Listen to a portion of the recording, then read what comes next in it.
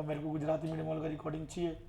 English medium में तुम्हारे से कम बच्चे 35-40, ज़्यादा बड़बड़ होता है तुमसे ज़्यादा। कल तो 2 लोगों को साल को बाहर कर दिया। फिर वो लोग ने कुलदीप सर को कॉल किया, कुलदीप सर ने बोला अंदर बिठाने, बोला कुलदीप सर के बोलने से क्या होता है, बाहर ही रहोगे तुम लोग। हाँ, वहाँ की रिकॉर्डिंग खराब कर देते वो लोग। चलो ठीक है, गया जो भी, एक वो प्रोमिजर वाला गया, ठीक है, कोई दिक्कत नहीं।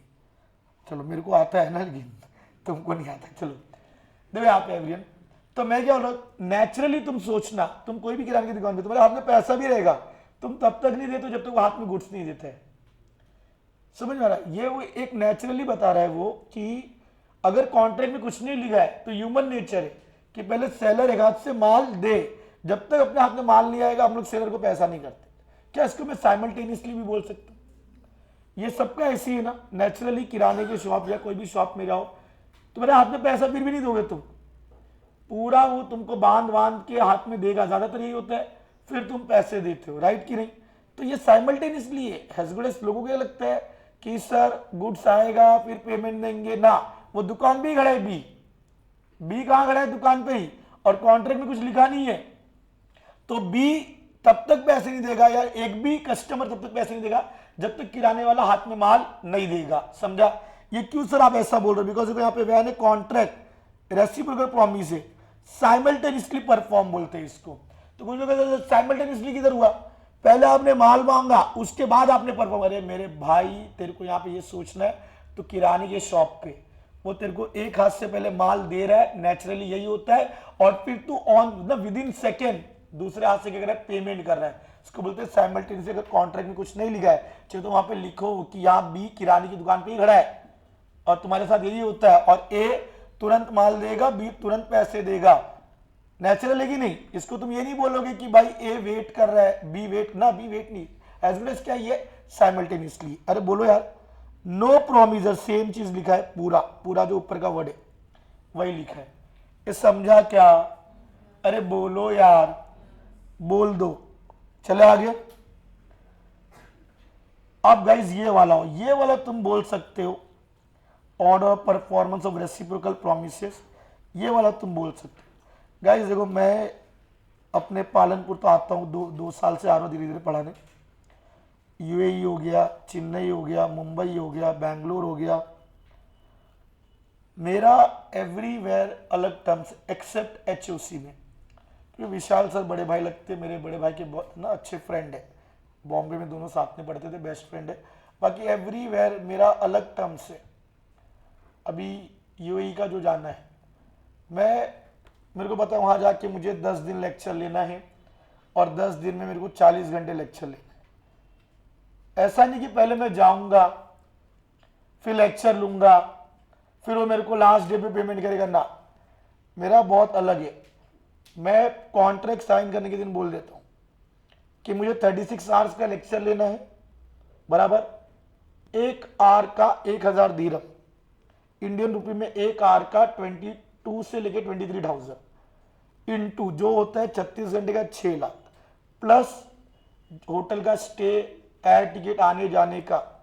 अगर वो उतना पैसा मेरे अकाउंट में ट्रांसफर करता है, मैंने एक ऑर्डर बनाया है, पहले तू परफॉर्म कर, ये साइमल्टेनियसली नहीं है, पहले तू परफॉर्म कर। अभी आज 21 है, मोस्टली कल परसों में उनका पेमेंट पहले आएगा, 22 3 तक, उसके बाद 4-5 दिन बाद में जाऊंगा। तो यहां पे मैंने कॉन्ट्रैक्ट में एक ऑर्डर फिक्स किया है कि पहले तू पूरा एडवांस दे।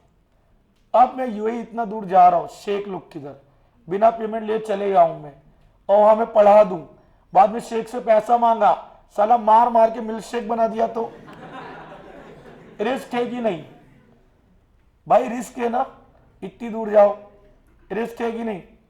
तो भाई मैं एक ऑर्डर फिक्स कर दिया कॉन्ट्रैक्ट में, चेन्नई जाओ भाई, वहां मेरे कोई दोस्त नहीं है, वो रेफरेंस मिलता है कि भाई एक टीचर है। चेन्नई वाले मेरे को कैसे जानेंगे? सीएसटी को सपोर्ट करता है, इसका मतलब ये नहीं कि लोग मेरे को जानेंगे, किसी ने रेफरेंस दिया कि एक टीचर है हमारी नजर में। अब मेरे को उनके ऊपर थोड़ी ट्रस्ट है, कोई मेरा भाई थोड़ी उधर, तो मेरा वहां पे कॉन्ट्रैक्ट में फिक्स है कि भैया पहले पेमेंट आएगा तो मैं उसके 8-10 दिन बाद आऊंगा। तो मैंने कॉन्ट्रैक्ट में ऑर्डर फिक्स किया। अगेन मुंबई में तो मैं रहता हूं, फिर भी मुंबई की क्लासेस वाले पे ट्रस्ट नहीं कर सकते, मुंबई वाले साले फ्रॉड होते हैं, तो उनसे भी पहले मैं एडवांस लेता हूं। क्या ऑर्डर फिक्स किया है मैंने, तो अगर तुमने कॉन्ट्रैक्ट में जो ऑर्डर फिक्स किया है तो पहले ऑर्डर जो तुमने लिखा है कि पहले पीडब्ल्यूसी एकेडमी पे करेगा, तो वो पहले पे करेगा और फिर मैं 8-10 दिन बाद जाऊंगा। क्या ये साइमल्टेनियसली है? ना। क्या यहाँ कॉन्ट्रैक्ट में कुछ लिखा है? यस। ऊपर में कॉन्ट्रैक्ट में कुछ लिखा नहीं है और वहां पे किराने की दुकान पे ही तुम खड़े हो, समझ में आ रहा है? तो नेचुरली गुड्स लेके ही पैसा देते, वो साइमल्टेनियसली, वो कोई ऑर्डर नहीं है। यहां मैंने कॉन्ट्रैक्ट में एक ऑर्डर फिक्स किया। अरे बोलो यार, देखो यहां पे when the order of performance of the reciprocal promises is expressly fixed by contract, underline करो, क्या कॉन्ट्रैक्ट में फिक्स किया हम लोग ने, तो they shall be performed in that order. क्या उसी ऑर्डर में परफॉर्म करना चाहिए? बोलो यार। तो हम लोग बात करें ऑर्डर ऑफ परफॉर्मेंस, इस पे बहुत बढ़िया बढ़िया क्वेश्चन आया है। ऑर्डर ऑफ परफॉर्मेंस गाइस दो पॉसिबिलिटी पे डिपेंड करता है, दो पॉसिबिलिटी पे डिपेंड। गाइस तुम लोग घर पे आके हैंड रिटन देख रहे हो जो ग्रुप में डाला हुआ है, होप तुम लिख नहीं रहे हो तो एटलीस्ट प्रिंट ले लो और एक बार जाके देखो, उसमें एवरीथिंग तुमको मिल रहा है, चेक करो, राइट। ऑर्डर परफॉर्मेंस अगर कॉन्ट्रैक्ट में फिक्स किया है तो जैसा ऑर्डर कॉन्ट्रैक्ट में बोला है, परफॉर्मेंस का ऑर्डर क्या रहेगा? As per contract, as per contract. Sir अगर फिक्स नहीं किया है तो गाइस वो डिपेंड करता है नेचर ऑफ ट्रांजैक्शन पे। ऑलरेडी तुमने ऊपर पढ़ा जो मैंने बोला किराने की दुकान में, दैट इज नेचुरल, नेचुरल है। किराने की दुकान पे लोगों का पहले माल लेते, भले हाथ में पैसा है, पहले माल लेंगे फिर पैसा देंगे, वो नेचुरल है। सर और कुछ नेचर ऑफ ट्रांजैक्शन नेचुरल बताओ। जैसे अभी मेरे को 26/7 को ट्रेवल करना है, तो मैं airport Chhatrapati Shivaji Maharaj international airport पहुंच गया मुंबई, और मैं अंदर एंट्री ले रहा था, तो वहां पे सिक्योरिटी ने बोला सर आपका टिकट दिखाओ, बोर्डिंग पास दिखाओ, वीजा वगैरह सब दिखाओ। मैंने सब दिखाया एक्सेप्ट टिकट। मैंने उनको बोला भैया ऐसा है, भाग नहीं जाऊंगा, अभी मेरे को जाने दो, ट्रेवल करने दो, आऊंगा 10 दिन बाद, मां कसम पेमेंट कर दूंगा, पहले आप परफॉर्मेंस दो, मुझे यूएई तक आप ट्रेवल करवाओ, फिर रिटर्न भी आप ट्रेवल कराओ, तो जब मैं रिटर्न आऊंगा 10 दिन बाद तब मैं पेमेंट कर दूंगा। क्या मैं ये बोल सकता हूं? सपोज यहां बस में बस वाले को बोलो भैया गंजा चलेगा, बोला हाँ चलेगा गंजा, ऊंझा, और मैं बस में चढ़ गया। बस वाले काका बोले कि टिकट, मैं बोला टिकट, तो बोले सर पैसे तो, बोला हाँ पहले टिकट तो दो। उन्होंने टिकट दिया, बोला काका इस बस में मैं डेली आता हूं, उधारी पे दे दो, पहले आप परफॉर्म करो, आप टिकट दे दो, 20 दिन बाद में पेमेंट करो। क्या कुछ जगह पे नेचर के हिसाब से ऑर्डर डिसाइड होगी, हम डिसाइड करेंगे?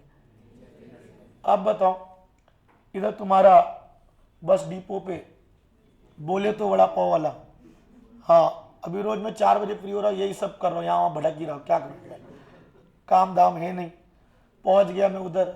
अब बताओ वो पहले टोकन लेते, तो पहले पेमेंट नेचुरल है, क्या एकदम नेचुरल है, बराबर कि नहीं एवरीवन?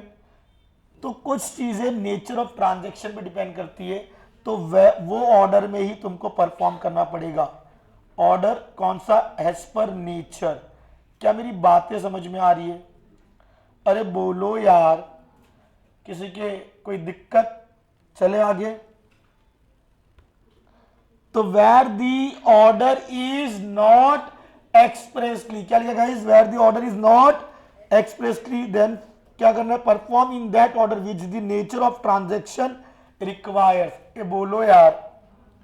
तो यहां पे गाइस अभी एक एग्जांपल दिया है मुझे, तो कंस्ट्रक्शन लाइन में तुम बिल्डर से प्रॉपर्टी खरीद रहे हो, बंगलो खरीद रहे हो या फ्लैट खरीद रहे हो, तो वहां नेचुरल ऑर्डर क्या है?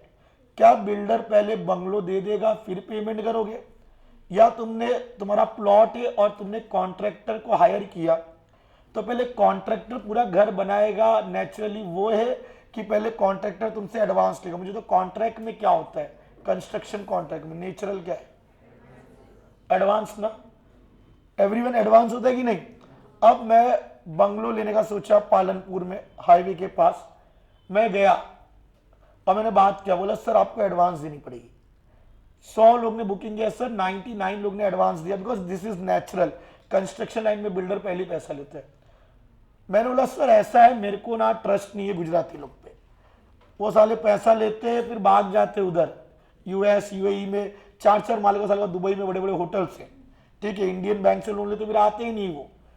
तो बोला सर करना क्या है? मैंने बोला देखो माना नेचुरली पहले आपको एडवांस देना पड़ेगा मुझे, मैं नेचर के हिसाब से नहीं जाऊंगा सर, 99 लोग से आप ले लो ठीक है, मैं एक कॉन्ट्रैक्ट बनाना चाहता हूं, उसमें आप स्पेसिफिक, मैं माना नेचर है बट मुझे वो नहीं फॉलो करना। कॉन्ट्रैक्ट में हम लिख देते कि आप जैसे एक माला बना दोगे, एक माला पहले आप परफॉर्म करो, बना दो, फिर मैं पेमेंट दूंगा।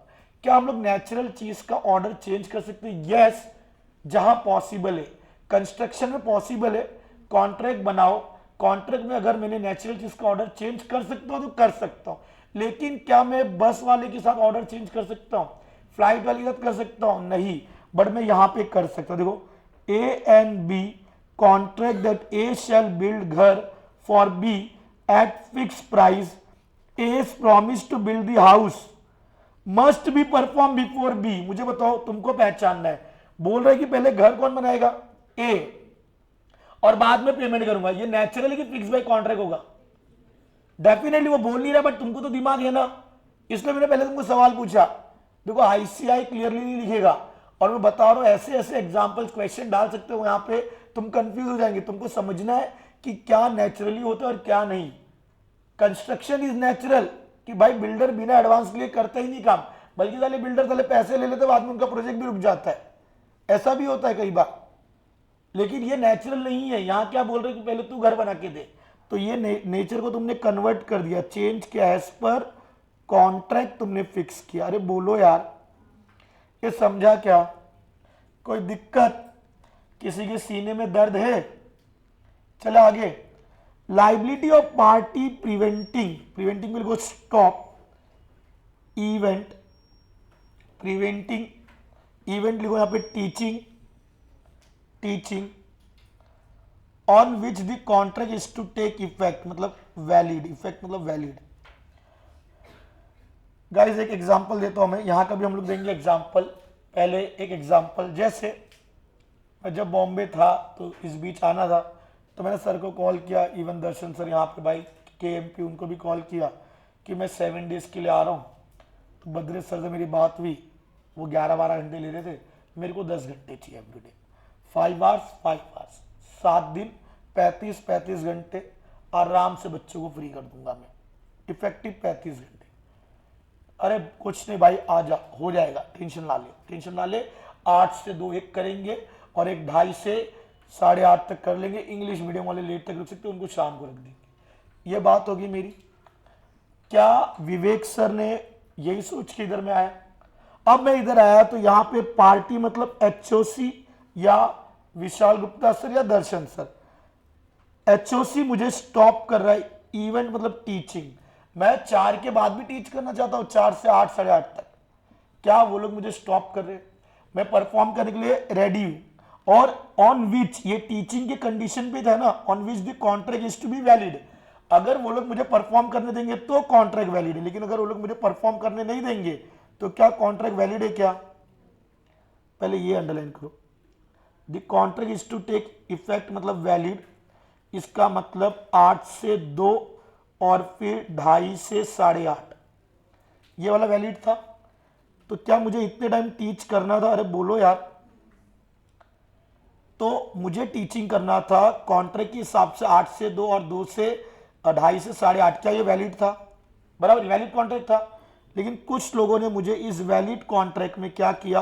स्टॉप किया। बोलो यार, किसने किया? एचओसी ने। क्या उनकी लायबिलिटी आएगी? यस गाइस, 4-5 घंटे मेरे लिए बहुत इंपॉर्टेंट है, मटर गश्ती नहीं कर सकता यहां में, बहुत सारे कमिटमेंट से। मैंने वो सोच के यहाँ पे 10-12 घंटे के लिए एवरीडे है। बॉम्बे में अगर मैं रहता तो मेरा पूरा 12 घंटा यूटिलाइज होता, तो मेरा 4 घंटे का नुकसान हो रहा है कि नहीं?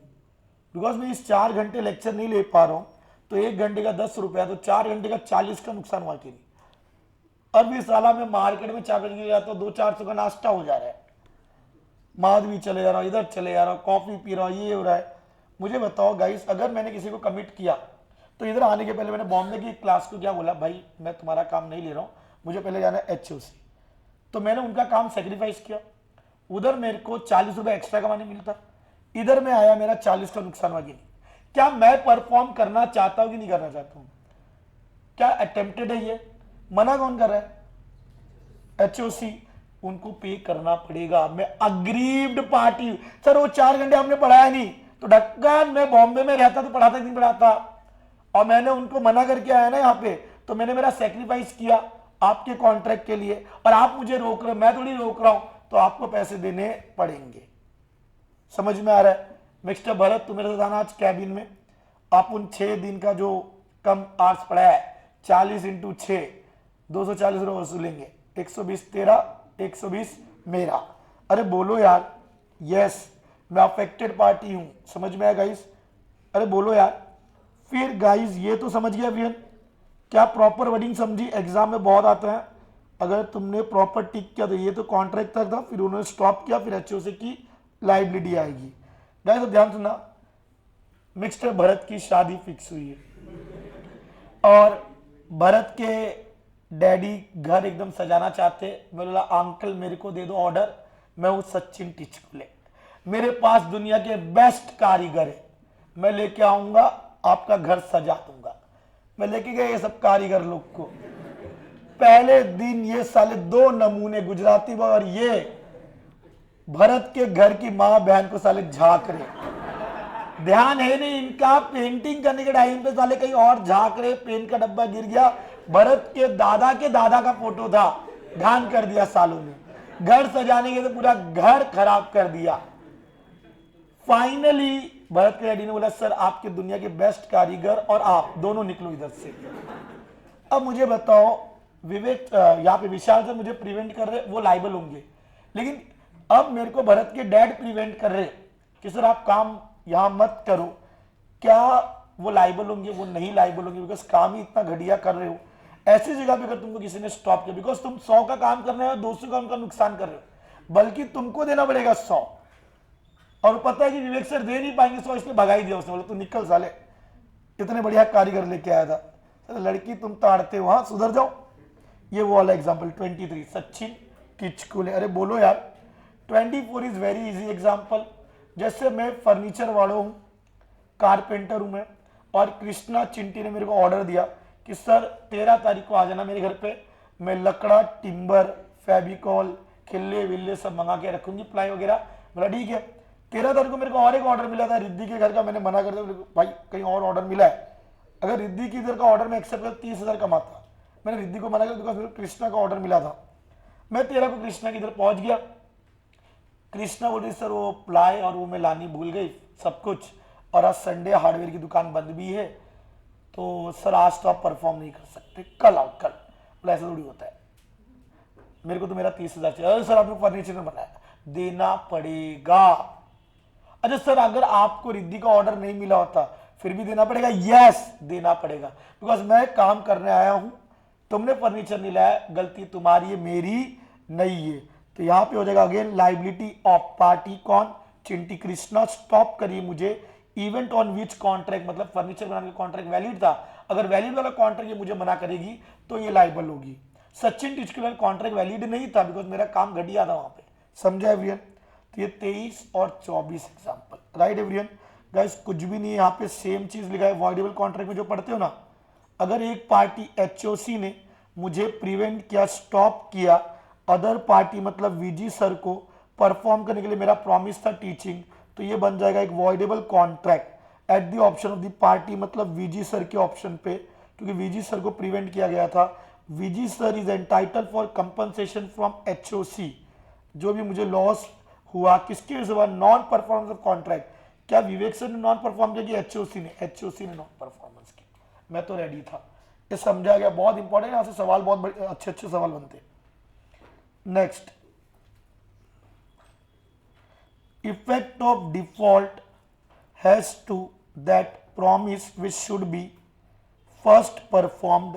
पहले तो उसको मार्क कर दो, वेरी वेरी इंपॉर्टेंट, और इसका एग्जांपल बहुत डिफिकल्ट है, तो मैं यहां कुछ कैरेक्टर देख के बताता हूँ और बाद में तुम चाहिए तो एग्जाम्पल कॉपी कर लेना। Example number 25, please important mark करना, मे के एग्जाम में आके गया, जो अभी एग्जाम गई ना, सेम एग्जाम्पल है, थोड़ा सा करेक्टर चेंज किया था। इसलिए गाइस कुछ भी हो जाए, स्टडी मटेरियल मिस नहीं होना चाहिए, ओरिजिनल सोर्स वही है, और स्टडी मटेरियल का एक भी एग्जाम्पल नहीं मिस होना चाहिए, और स्टडी मटेरियल की एक भी इंपॉर्टेंट वर्ड्स नहीं मिस होना चाहिए।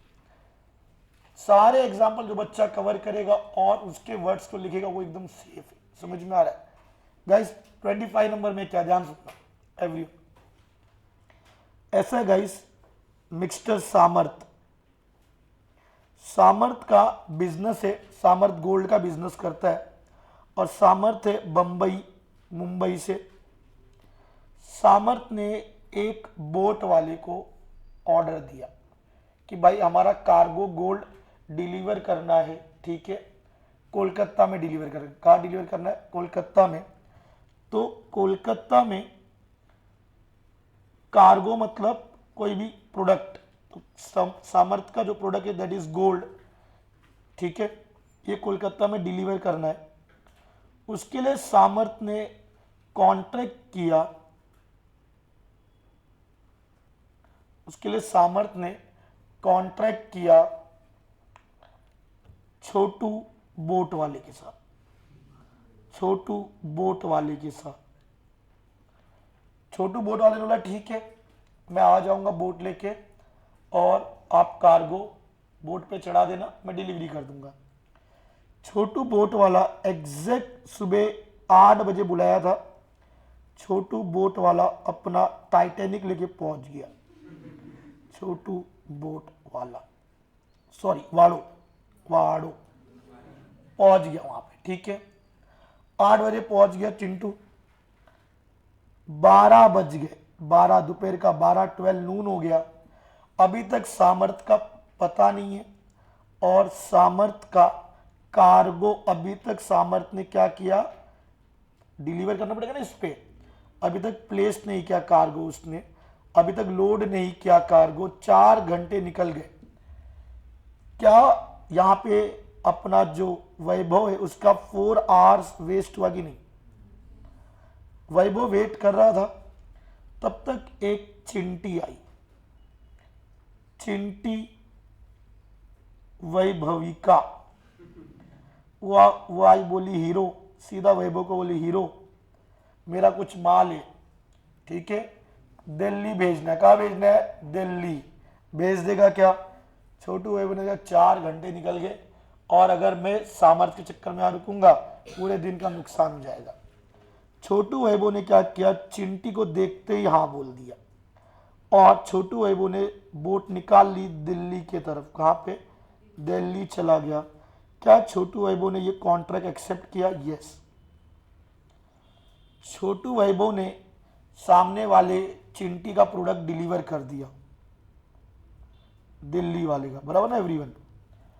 अगले दिन मिस्टर सामर्थ छोटू के ऊपर केस कर दिया, सामर्थ ने केस कर दिया वैभव के ऊपर, यह बोल के कि मिस्टर वैभव ने परफॉर्मेंस नहीं किया, वैभव की वजह से मेरा कार्गो या गोल्ड कार्गो डिलीवर नहीं हुआ कोलकाता में, और उसकी वजह से मेरे को नुकसान हो गया, लॉस हो गया।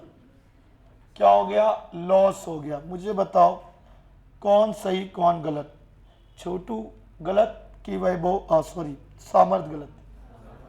गाइस समझने की कोशिश करो, यहाँ एक नेचुरल ऑर्डर बनता है। छोटू तो आ गया था, छोटू तब तक नहीं परफॉर्म कर सकता, नेचुरल ऑर्डर पहले तू भाई माल तो चढ़ा, तू माल नहीं चढ़ाएगा मैं कैसे डायरेक्ट कोलकाता है, खाली जाऊँ क्या, पागल है क्या? पहले तेरी जिम्मेदारी की तू परफॉर्म करेगा। क्या सामर्थ ने यहाँ पे डिफॉल्ट किया? सामर्थ ने डिफॉल्ट किया, इसका इफेक्ट क्या होगा? बल्कि छोटू इस 4 घंटे का जो नुकसान हुआ उसका कंपनसेशन लेगा, और सामर्थ के नसीब अच्छा है कि इसको एक का ऑर्डर मिल गया, नहीं तो पूरे दिन का कंपनसेशन छोटू मांग सकता है। समझा? बिकॉज तेरे वजह से छोटू का खड़ा हुआ, ये समझा गया? अब वहां पे इतना एलोबरेट नहीं किया है तो तुमको समझ में आना चाहिए। आ जाओ, जैसे जैसे बोलूंगा लिखते जाना। Effect of default has to that promise which should be performed first, तो पहले कौन करेगा परफॉर्म, सामर्थ गुड्स या कार्गो लोड करना था पहले, तो पहले सामर्थ को ये करना था और सामर्थ ने क्या कर दिया डिफॉल्ट, तो इसका परिणाम क्या होगा भाई, ये एक वॉइडेबल कॉन्ट्रैक्ट बन गया, छोटू वैभव के लिए डैमेज हुआ, इफेक्ट क्या है, ये वीसी बन गया, वीसी मतलब वॉइडेबल कॉन्ट्रैक्ट, अरे बोलो यार, और ये ऐसा कॉन्ट्रैक्ट था जिसमें दोनों को प्रॉमिस करना था, राइट एवरीवन, क्या ये वॉइडेबल बन जाएगा, सेम चीज when the promises are reciprocal and dependent, क्या वैभव का प्रॉमिस डिपेंडेंट था किस पे, सामर्थ जब तक कार्गो लोड करेगा नहीं, अरे बोलो यार, if the promisor who has to perform his promise, लिखो प्रोमिसर पे सामर्थ, पहले सामर्थ को परफॉर्म करना था अपना प्रॉमिस, लोड करना था माल, बिफोर किसके पहले ये काम करना था, बिफोर ब्रैकेट बना दो यहां पे, बिफोर किसके performance of other promisee, other promisee कौन है, छोटू वैभव, अरे बोलो यार, अच्छा ये सेंटेंस किससे शुरू हुआ, सामर्थ से, प्रोमिसर, तो फेल्ड भी कौन हुआ, सामर्थ, इसको बिफोर परफॉर्म करना था, किसके बिफोर परफॉर्म करना था, वैभव के, तो फेल्ड कौन हुआ है, बिकॉज कंटिन्यूस सेंटेंस राइट, शुरू किससे हुआ, सामर्थ, तो सामर्थ फेल्ड हो गया टू परफॉर्म, ही मतलब सामर्थ, सामर्थ cannot claim performance of the other promise, सामर्थ कुछ पैसे नहीं मांग सकता, बल्कि इसके पहले लिखो सामर्थ, बल्कि सामर्थ लाइबल होगा कंपनसेशन को फॉर हीज, सामर्थ का नॉन परफॉर्मेंस है, छोटू का नहीं, छोटू का तो अटेम्प्टेड परफॉर्मेंस है, छोटू आया था, ये समझा क्या, क्या नाम है तेरा हीरो, ना ये, हाँ प्रतीक समझ आया तेरे को, पक्का ध्यान दे, चले आगे गाइस, ये वही एग्जाम्पल है जो मैंने थोड़ा ट्विस्ट करके बोला, चले आगे, एग्जाम में ये मैंने ऑलरेडी बता दिया, फेविकॉल वाला था ना, फेविकॉल चिंटी का सेम चीज है, पहले कौन परफॉर्म करेगा, चिंटी, चिंटी ने डिफॉल्ट किया तो मैं कंपनसेशन नहीं दूंगा, बल्कि चिंटी मुझे कंपनसेशन, इसको मार्क करो, इस बार के एग्जाम में ये भी आके गया, very very very very very very very important, माँ कसम जबरदस्त चीज है, ध्यान देना, सेक्शन 5 और 5 55, प्लीज पीछे बात की हो रही है यार, बात की हो रही है, अभी उधर आके एक एक को उठा के पटकूंगा ना,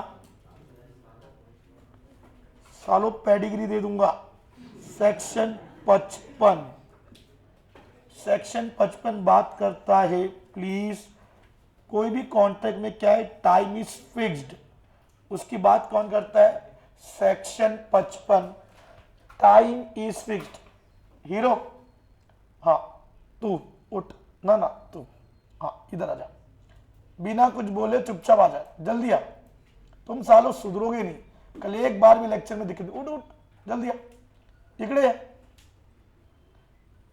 भाई, ये बहुत इंपॉर्टेंट है, अभी एक क्वेश्चन बताऊंगा, इतना डिफिकल्ट क्वेश्चन है तो इस बार के एग्जाम में, टाइम इज फिक्स्ड में दो पॉसिबिलिटी, कितनी पॉसिबिलिटी है, दो, टाइम फिक्स या तो असेंशियल है या तो असेंशियल नहीं है, मतलब इंपॉर्टेंट है या तो इंपॉर्टेंट नहीं है, पहले मैं असेंशियल की बात करूंगा, बॉम्बे में हमने जितनी भी हमारी फाउंडेशन की बैच थी, एवरीवेयर हमने एक ड्यू डेट दिया बच्चों की, बैच इस दिन खत्म होगी, तो हमने ड्यू डेट दिया था 6 जून, क्या दिया था ड्यू डेट 6 जून, और हमने 31 मई को ही फ्री कर दिया, सारे बच्चे ऑलरेडी फ्री हो चुके, सारे बच्चे घर पे पढ़ रहे, मॉक टेस्ट भी दे रहे, सब कुछ कर रहे, डेफिनेटली वो लोग सिर्फ फ्री नहीं हुए, जब हम पढ़ाते थे तो हमारे साथ उन्होंने पूरा क्वेश्चन 2 बार कर लिया, वो देर शानीगिरी नहीं किया, वो लोग ने सीधा क्वेश्चन पढ़ा, हमारी बात को माना, अब वो लोग मस्त पूरे 2-2.5 महीने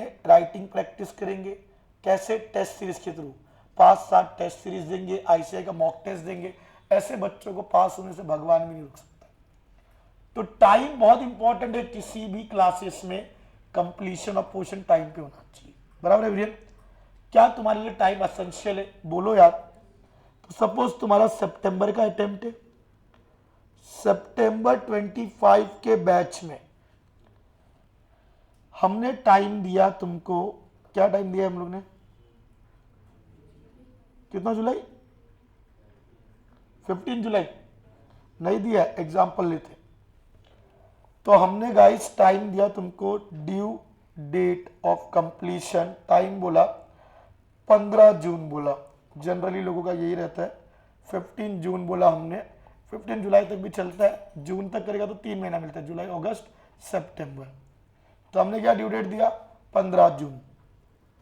अब हुआ क्या, ध्यान सुनना प्लीज, हमने ये ड्यू डेट क्रॉस कर दिया, जून की जगह पे जुलाई अगस्त, 15 अगस्त को तुमको आजादी दी हमने क्लास से,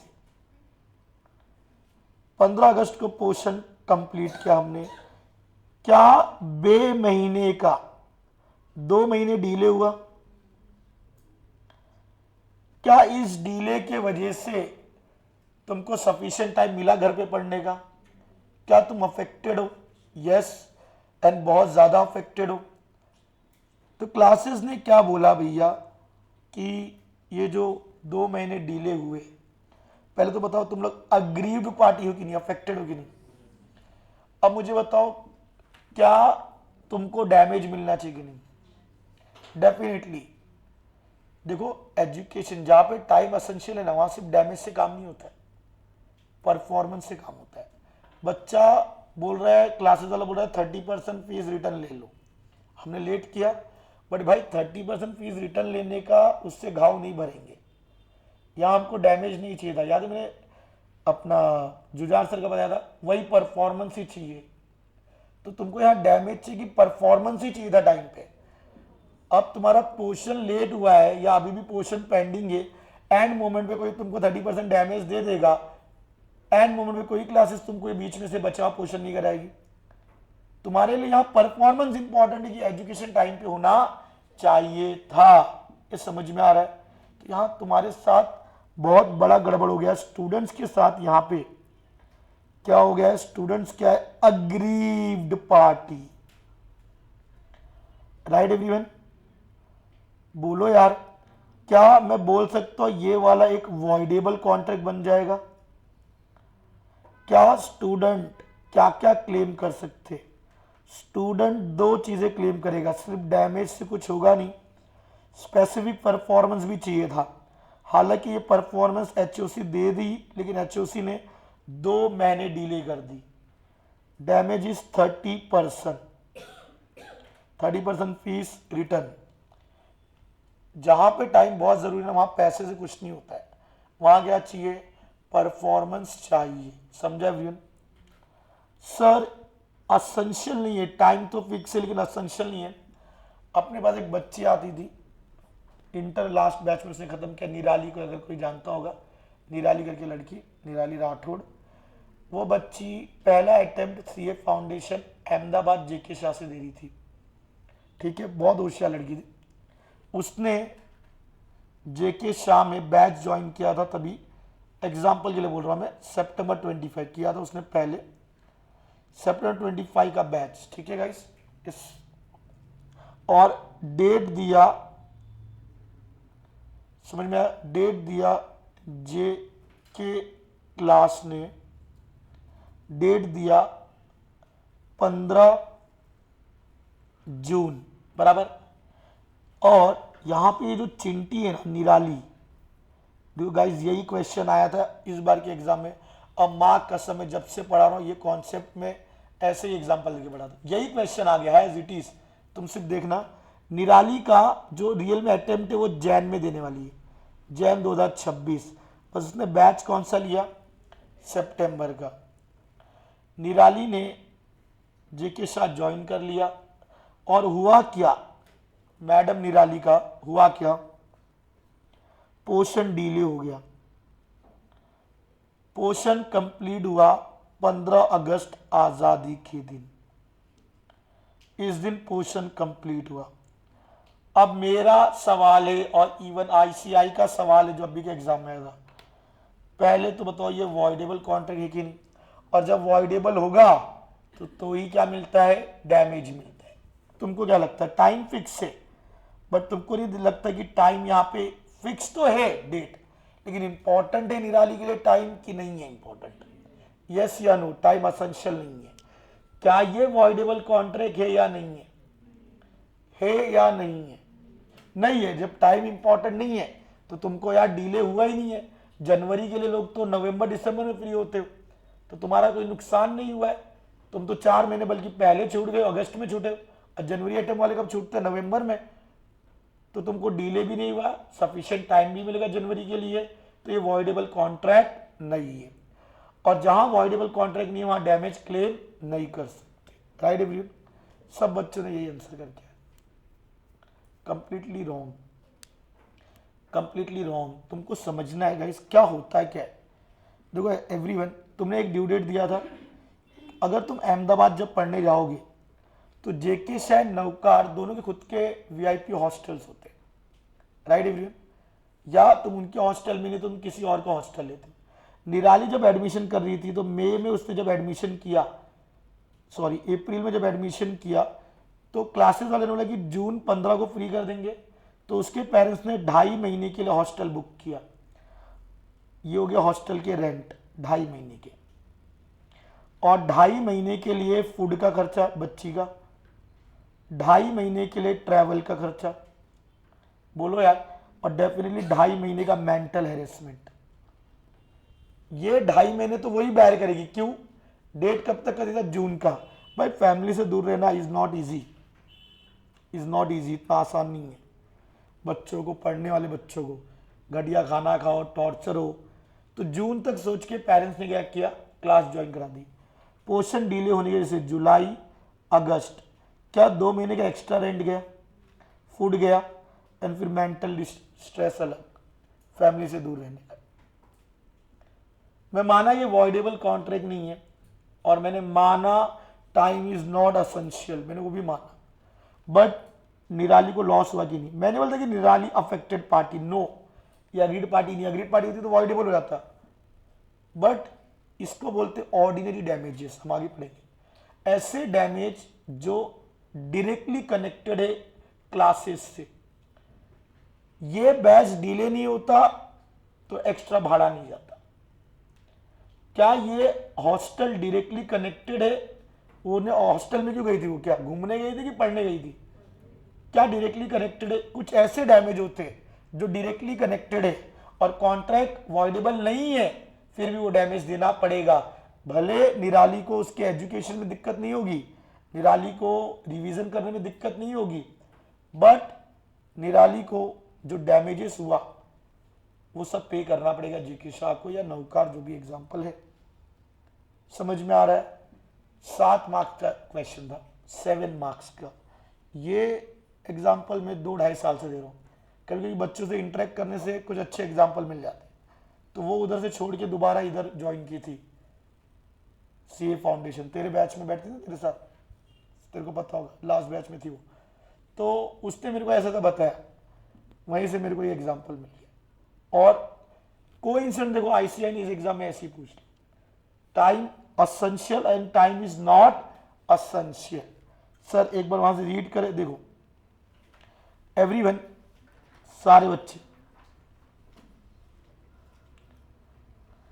when a party to a contract promises, लिखो यहां पे एचओसी, सॉरी एचओसी नहीं, हाँ चलो एचओसी लिखो, प्रोमिसेस टू डू सर्टन मतलब एजुकेशन, प्लीज बात नहीं, एट, तो ड्यू डेट क्या था तुम्हारा? एट मतलब ड्यू डेट 15 जून एग्जाम्पल में, या बिफोर 15 जून, एट या बिफोर 15 जून। समझ में आ रहा है एक word?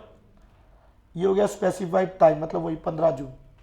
And failed, HOC failed to do any such thing, at मतलब ड्यू डेट के पहले नहीं कर पाए, फेल्ड हो गए। बिफोर ड्यू डेट भी नहीं कर पाए, 15 जून के पहले एचओसी नहीं कर पाया, पूरा portion complete, failed. The contract, ये कॉन्ट्रैक्ट है, और so much of it has, ये काट दो, सो मच ऑफ इट कोई फायदा नहीं इसका, और भी काट दो। The contract has not been performed, क्या एचओसी परफॉर्म कर पाया? नहीं, फेलियर हो गया, टाइम पे नहीं किया तो परफॉर्म नहीं हुआ। अरे बोलो यार। Becomes voidable at the option of the promisee मतलब स्टूडेंट्स, प्रोमिसी मतलब स्टूडेंट्स, अरे बोलो यार। और इफ द इंटेंशन, यहां पे बड़ा इंपॉर्टेंट लाइन बोला, if the intention of the party मतलब स्टूडेंट का इंटेंशन क्या था? Was that time should be important, time should be important to the contract. जो मैंने पहले एग्जांपल दिया एचओसी एंड स्टूडेंट्स का, क्या तुम्हारा इंटेंशन है यहाँ पे कि तुम्हारे लिए टाइम इंपॉर्टेंट है या नहीं है? तो अगर तुम्हारे लिए टाइम इंपॉर्टेंट ये इंटेंशन है तो ये वॉइडेबल कॉन्ट्रैक्ट है। टाइम तो दोनों जगह फिक्स्ड है, बट वो इंपॉर्टेंट है कि नहीं वो देखना पड़ेगा, तो वो तुम्हारे स्टूडेंट के इंटेंशन पे डिपेंड करता है।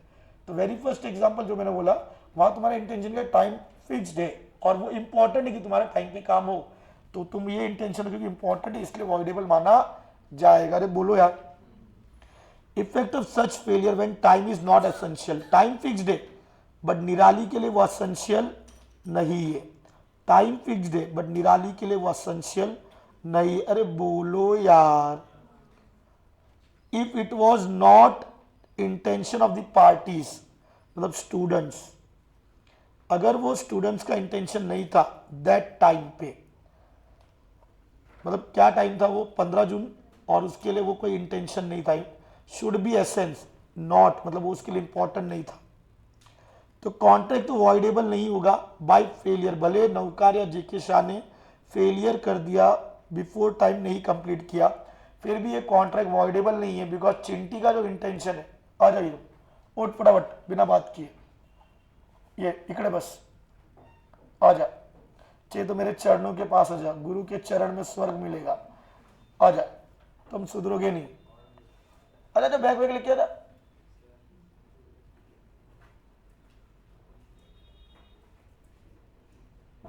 आराम से बैठ जा, ठीक है। चले आगे एवरीवन, क्या यहां पे कोई दिक्कत? अरे बोलो यार। बट दी प्रोमिसी स्टूडेंट निराली, लिखो यहां पे भी गाइस निराली लिखना, स्टूडेंट मत लिखो, निराली, निराली इज एंटाइटल टू कंपनसेशन, वहां लिखना हॉस्टल का रेंट, हॉस्टल का food, travelling compensation from the promisor J K Shaw से। अरे बोलो यार, for any loss occasion by such failure. क्या पूरे उस एग्जाम्पल से पूरा पैराग्राफ समझ में आएगा? इसको डबल 5, ये समझा क्या? कोई दिक्कत? सारे बच्चे डुअल सिक्सटर्स तुम लोग को समझ में आ रहा है? एवरीवन चिंडी चले आगे, पीछे गर्ल्स, इधर न्यू स्टूडेंट्स, पक्का दोबारा दोबारा होगा, डोंट वरी, लेकिन अभी समझ में आ रहा है? चले आगे, बस वो नहीं पता दोबारा कौन लेगा, लेकिन होगा, टेंशन मत। चले आगे। अब इसका एक पार्ट और है, एक पार्ट और है, ध्यान सुनना, बातें नहीं रहे, सुधर जा। अभी तो निराली की फ्रेंड नहीं, निराली निर्जरा की फ्रेंड है, कभी तो पढ़ाई पे ध्यान दो। हाँ तुम साले रोज कसम खाते हो, रोज पनिश होना है। चलो देखो यहां पे अगला है गाइस, ध्यान सुनना कि टाइम फिक्स था, टाइम इज फिक्स्ड 55 में ये, और टाइम इज असेंशियल, फिक्स्ड भी है और असेंशियल भी है। दो सिनारियो, 15 जून का तुमको टाइम दिया गया है एचओसी ने, टाइम असेंशियल है, एचओसी ने डिले कर दिया और तुमको आजादी दी पोषण से 15 अगस्त 2025, लेकिन जब ड्यू डेट आया, ध्यान सुनना, ड्यू डेट आया 15 जून, उस दिन तुमने बोला कि सर ड्यू डेट के दिन दो महीना पहले, उस दिन स्टूडेंट्स ने क्या बोला कि सर अभी भी 30% पोर्शन बाकी है। आपने ड्यू डेट दिया और 30% पोर्शन आउटस्टैंडिंग है, स्टूडेंट्स बोल रहे।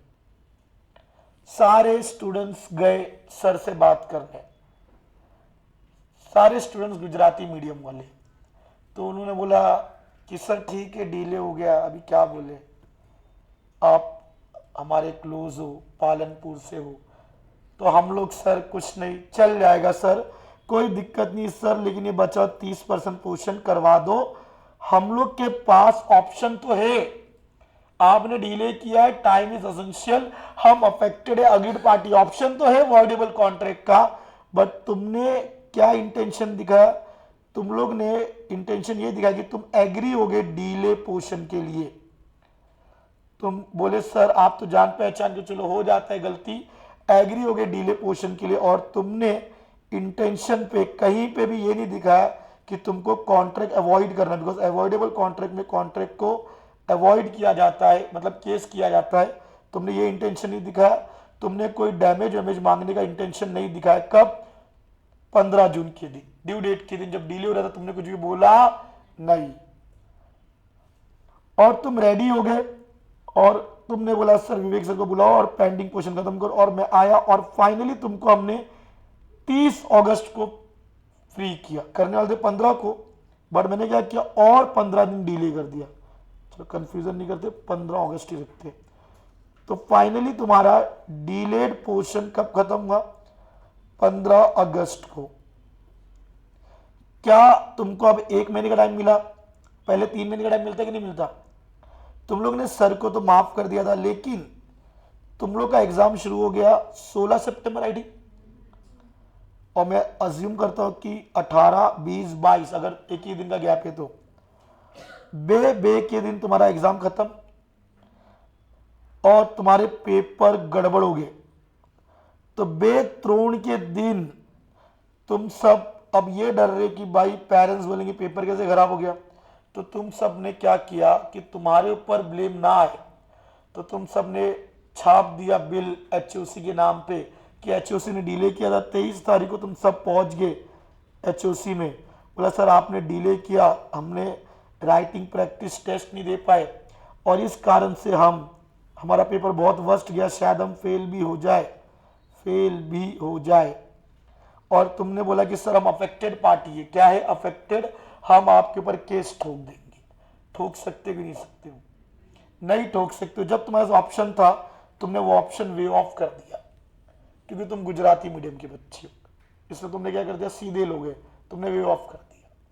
अरे बोलो यार, अब तुमको कोई भी सहूलियत मिलने वाली नहीं है। देखो गाइस मैं बताऊं, टाइमली पोर्शन नहीं कंप्लीट हुआ और तुम हमारे को कब बोल सकते हो मालूम है? Agreed party. तुम मेरे को एक चीज बताओ, हमने जितना पढ़ाया है, जितना भी अभी तक पोर्शन हुआ है ऑल सब्जेक्ट का, क्या तुम्हारा सब हो गया अच्छे से पढ़ के?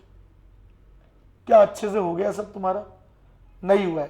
तुम्हारा हुआ पढ़ के? जितना भी पढ़ा दिया है यहाँ पे, अकाउंट्स, इको, लॉ, मैथ्स, कितना हुआ है तुम्हारा? हमने जो पढ़ा है, चलो हम लोग ने जितना पढ़ा है उसका 80% भी हुआ है क्या तुम्हारा?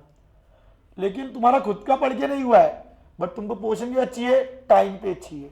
भाई तुम हमको ये बोलने के पहले कि सर डिले कर दिया आपने, डिले कब माना जाएगा? जितना हमने पढ़ा है उतना अगर तुम्हारा सब कुछ अच्छे से पढ़ के हो गया और सर आपने आगे पढ़ाया नहीं इसलिए हम लोग वेले बैठे थे, तो उसको बोलेंगे। तो पहले भाई अपनी ड्यूटी करो। अगर तुम हमसे टाइम पे पोर्शन चाहते हो तो हम भी चाहते कि तुम एवरीडे पढ़ो। अच्छा हाँ मैं मानता हूं तुम बच्चे हो, तो हमने अगर भाई 10 लेसन कराया है तो तुम्हारा 7 लेसन तो अच्छे से होना चाहिए, 70% पोर्शन होना चाहिए। किसी का नहीं बढ़ेगा, 70% पोर्शन ऑल सब्जेक्ट का एटलीस्ट 2 टाइम्स होना चाहिए। जिस दिन इतना हो जाए और हम डिले करें तब हमारे ऊपर तुम उंगली उठा सकते हो, अब वो होना नहीं है और तुम हमारे ऊपर उंगली उठा नहीं सकते। ठीक है, चले एवरीवन। अरे बोलो यार, तो क्या तुमको टाइम में पोर्शन चाहिए और हम टाइम पे तुमसे पढ़ाई नहीं एक्सपेक्ट कर सकते?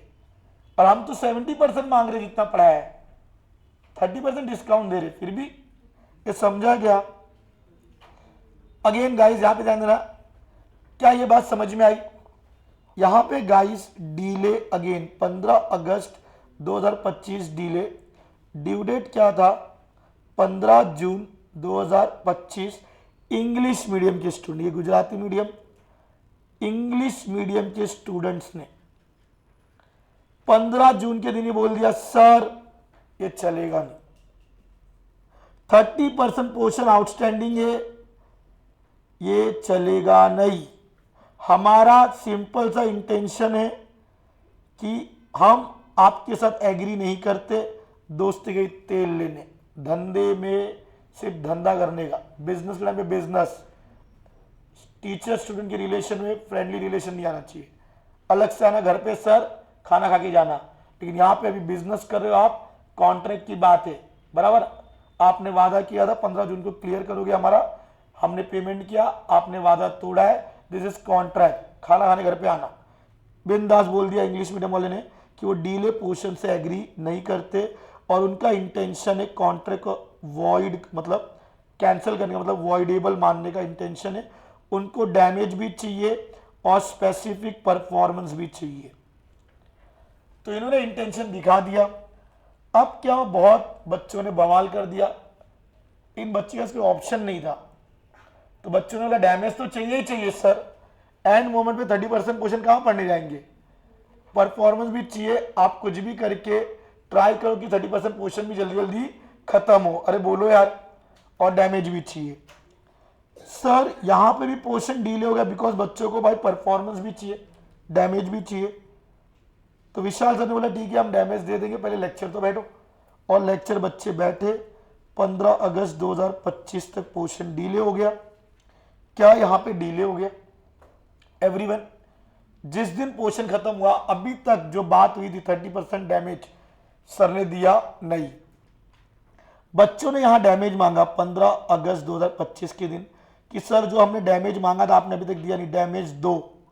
डैमेज क्लेम क्या मिलेगा कि नहीं मिलेगा? मिलेगा। तुमने बाद में क्लेम किया, तुमको क्यों नहीं मिलेगा?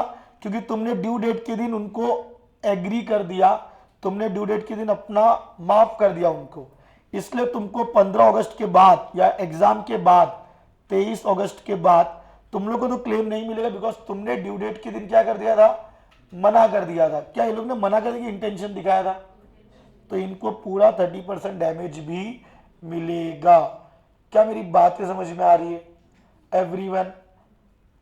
इंग्लिश मीडियम वाले ने साडा हक अपने राइट्स के लिए बोला, गुजराती मीडियम वाले ने नहीं बोला। समझा एवरीवन? पता नहीं मेरे एग्जांपल एकदम रियलिस्टिक क्यों लगते, देखो यहां पे एवरीवन। चले आगे।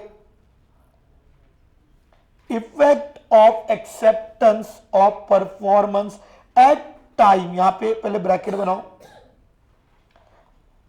Effect of acceptance of performance at time, तुमने 15 अगस्त 2025 एक्सेप्ट किया, other than agreed upon. Agreed upon कितना था? 15 जून 2025। अरे बोलो यार, कोई दिक्कत? If in a case of contract voidable on account of promises failure, HOC, to perform his promise at time agreed पे लिखो 15 जून। प्रॉमिस क्या है? एजुकेशन, बराबर। ये आ गया गुजराती मीडियम के बच्चे, गुजराती मीडियम स्टूडेंट्स। प्रॉमिस ये तुम लोग भोले लोग ने एक्सेप्ट मतलब एग्री किया performance of such promise at any time, मतलब तुम बोले तो चलेगा, आप जान पहचान वाले 15 अगस्त 2025 तक चलेगा। अदर देन एग्रीड, तुमने बोला 15 जून नहीं है, चलेगा sir. Promisee Gujarati medium students ने बोला can not claim compensation for any loss, हमको कंपनसेशन भी नहीं चाहिए occasion by the non performance of promise at the agreed time पे काम नहीं हुआ। तुमने बोला सर चलेगा, कोई दिक्कत नहीं है। होता रहता है छोटी छोटी शहरों में, ऐसी बड़ी बड़ी बातें होती रहती है, बराबर एवरीवन? अरे बोलो यार। अनलेस के बाद उल्टा, अनलेस के बाद उल्टा इंग्लिश मीडियम के बच्चे आगे।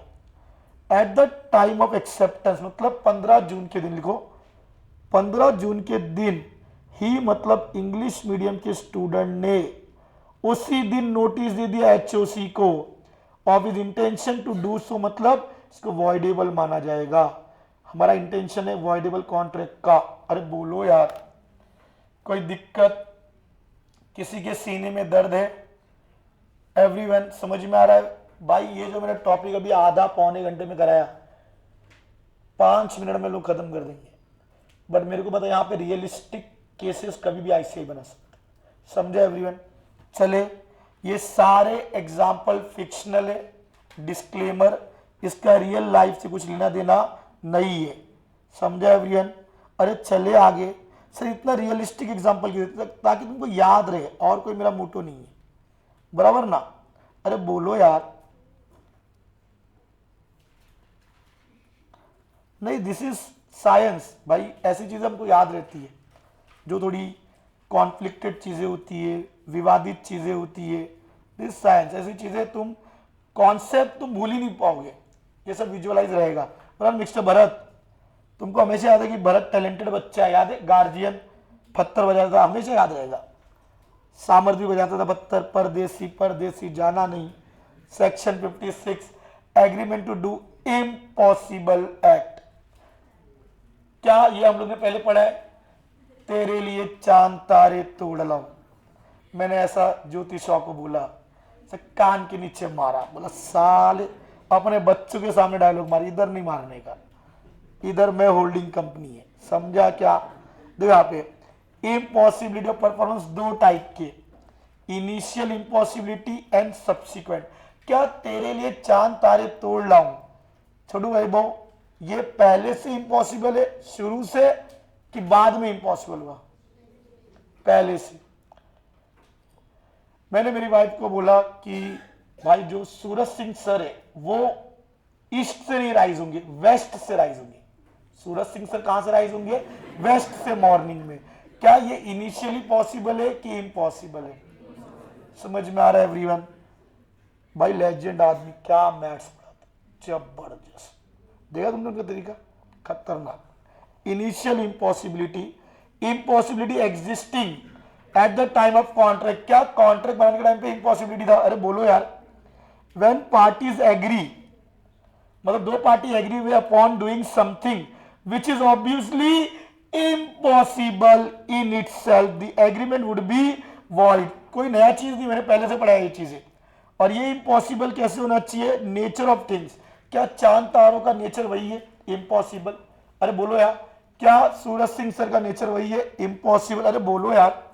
अब भले तुमको नहीं पता है फैक्ट ऑफ इम्पॉसिबिलिटी, मतलब ये चिंटी बोली सर मेरे को नहीं पता था कि सूरज सिंह इससे उगते, मेरे को लगा वेस्ट से भी उगते। तुमको मालूम है या नहीं मालूम है उससे फर्क पड़ता नहीं है, ये माना जाएगा इनिशियल इम्पॉसिबिलिटी। और तुमको पता है कहीं पे भी कोई चीज इम्पॉसिबल तो क्या हो जाता है? वॉइड। क्या हो जाता है? वॉइड। मैंने एक उस दिन बोला था, मैंने मुस्लिम लॉ का मैंने एग्जांपल लिया था, 4 शादी कर सकते, याद है कि नहीं? अब्दुल वाला रिलीज डीड। आज बात करेंगे हिंदू लॉ का, एग्जांपल नंबर 27।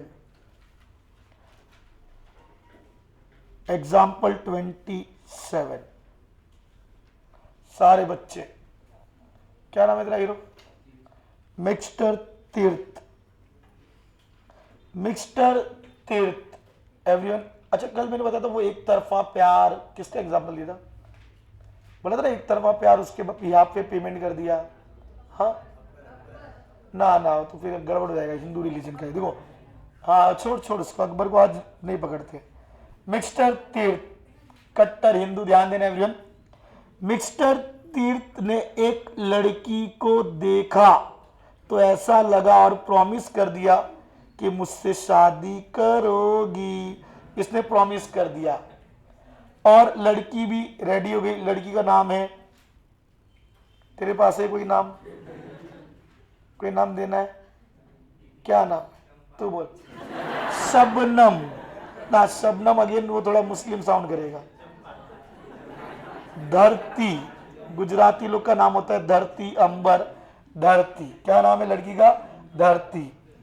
तो तीर्थ ने प्लीज प्रॉमिस कर दिया कि वो धरती से शादी करेगा। 1 अक्टूबर को इसने प्रॉमिस कर दिया, 11 अक्टूबर का शादी का कार्ड प्रिंट हो गया है। आज अभी 1 अक्टूबर ही चल रहा है। कौन सा दिन चल रहा है? आज के दिन पिक्चर में आ गए विवेक सर। विवेक सर ने जाके चिंटी धरती को बोला कि तेरा जिससे शादी तय हुआ, 1 नंबर का साला लल्लू पंजू आदमी है, नल्ला आदमी, पूरे टाइम बात करते था। और उससे बड़ी बात मैंने बोला कि जो तीर्थ से तेरा शादी फिक्स हुआ है, ये तीर्थ ऑलरेडी मैरिड है। ऑलरेडी तीर्थ की एक वाइफ है जिससे इसने शादी करके रखा है, वो भी हिंदू है, उसका नाम है टिबेटियन।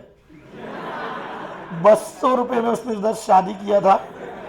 तीर्थ वेड्स टिबेटियन, ऑलरेडी तीर्थ मैरिड है।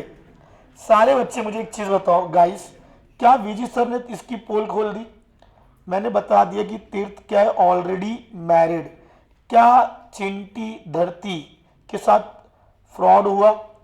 क्या उसके अरमान, भाई अभी तुम लोग स्टूडेंट हो, लड़कियों को मैरिज में बड़े बड़े एक्सपेक्टेशन ख्वाब होते, ऐसे एंट्री करेंगे, सजना पे डांस करेंगे। नहीं, मैं आगे इसको बताऊंगा, बहुत बड़ा ये कॉन्सेप्ट है। इसको विंडिक्टिव डैमेज बोलते हैं। यहाँ पे जिसने शादी तोड़ा तो अपोजिट पार्टी के साथ इमोशनल, लड़की के साथ एक इमोशनल उसकी फैमिली का इंसल्ट हो जाएगा कि शादी तय हुआ और टूट गया, लड़के ने तोड़ा, उसके लिए एक डैमेज देना पड़ता है, विंडिक्टिव डैमेज देना पड़ता है। मैं आगे यूनिट 5 में बताऊंगा। अब तो भाई तीर्थ की ऑलरेडी शादी हुई है, क्या हिंदू लॉ में अगर तुम लोग ऑलरेडी मैरिड है, एक शादी किया है, तो तुम दूसरी शादी नहीं कर सकते? ये इनिशियल इम्पॉसिबिलिटी है। ये लॉ में क्लियरली लिखा है, हिंदू सक्सेशन लॉ में लिखा है कि हिंदू ने अगर एक मैरिड कर लिया तो सेकेंड मैरिज इज इम्पॉसिबल।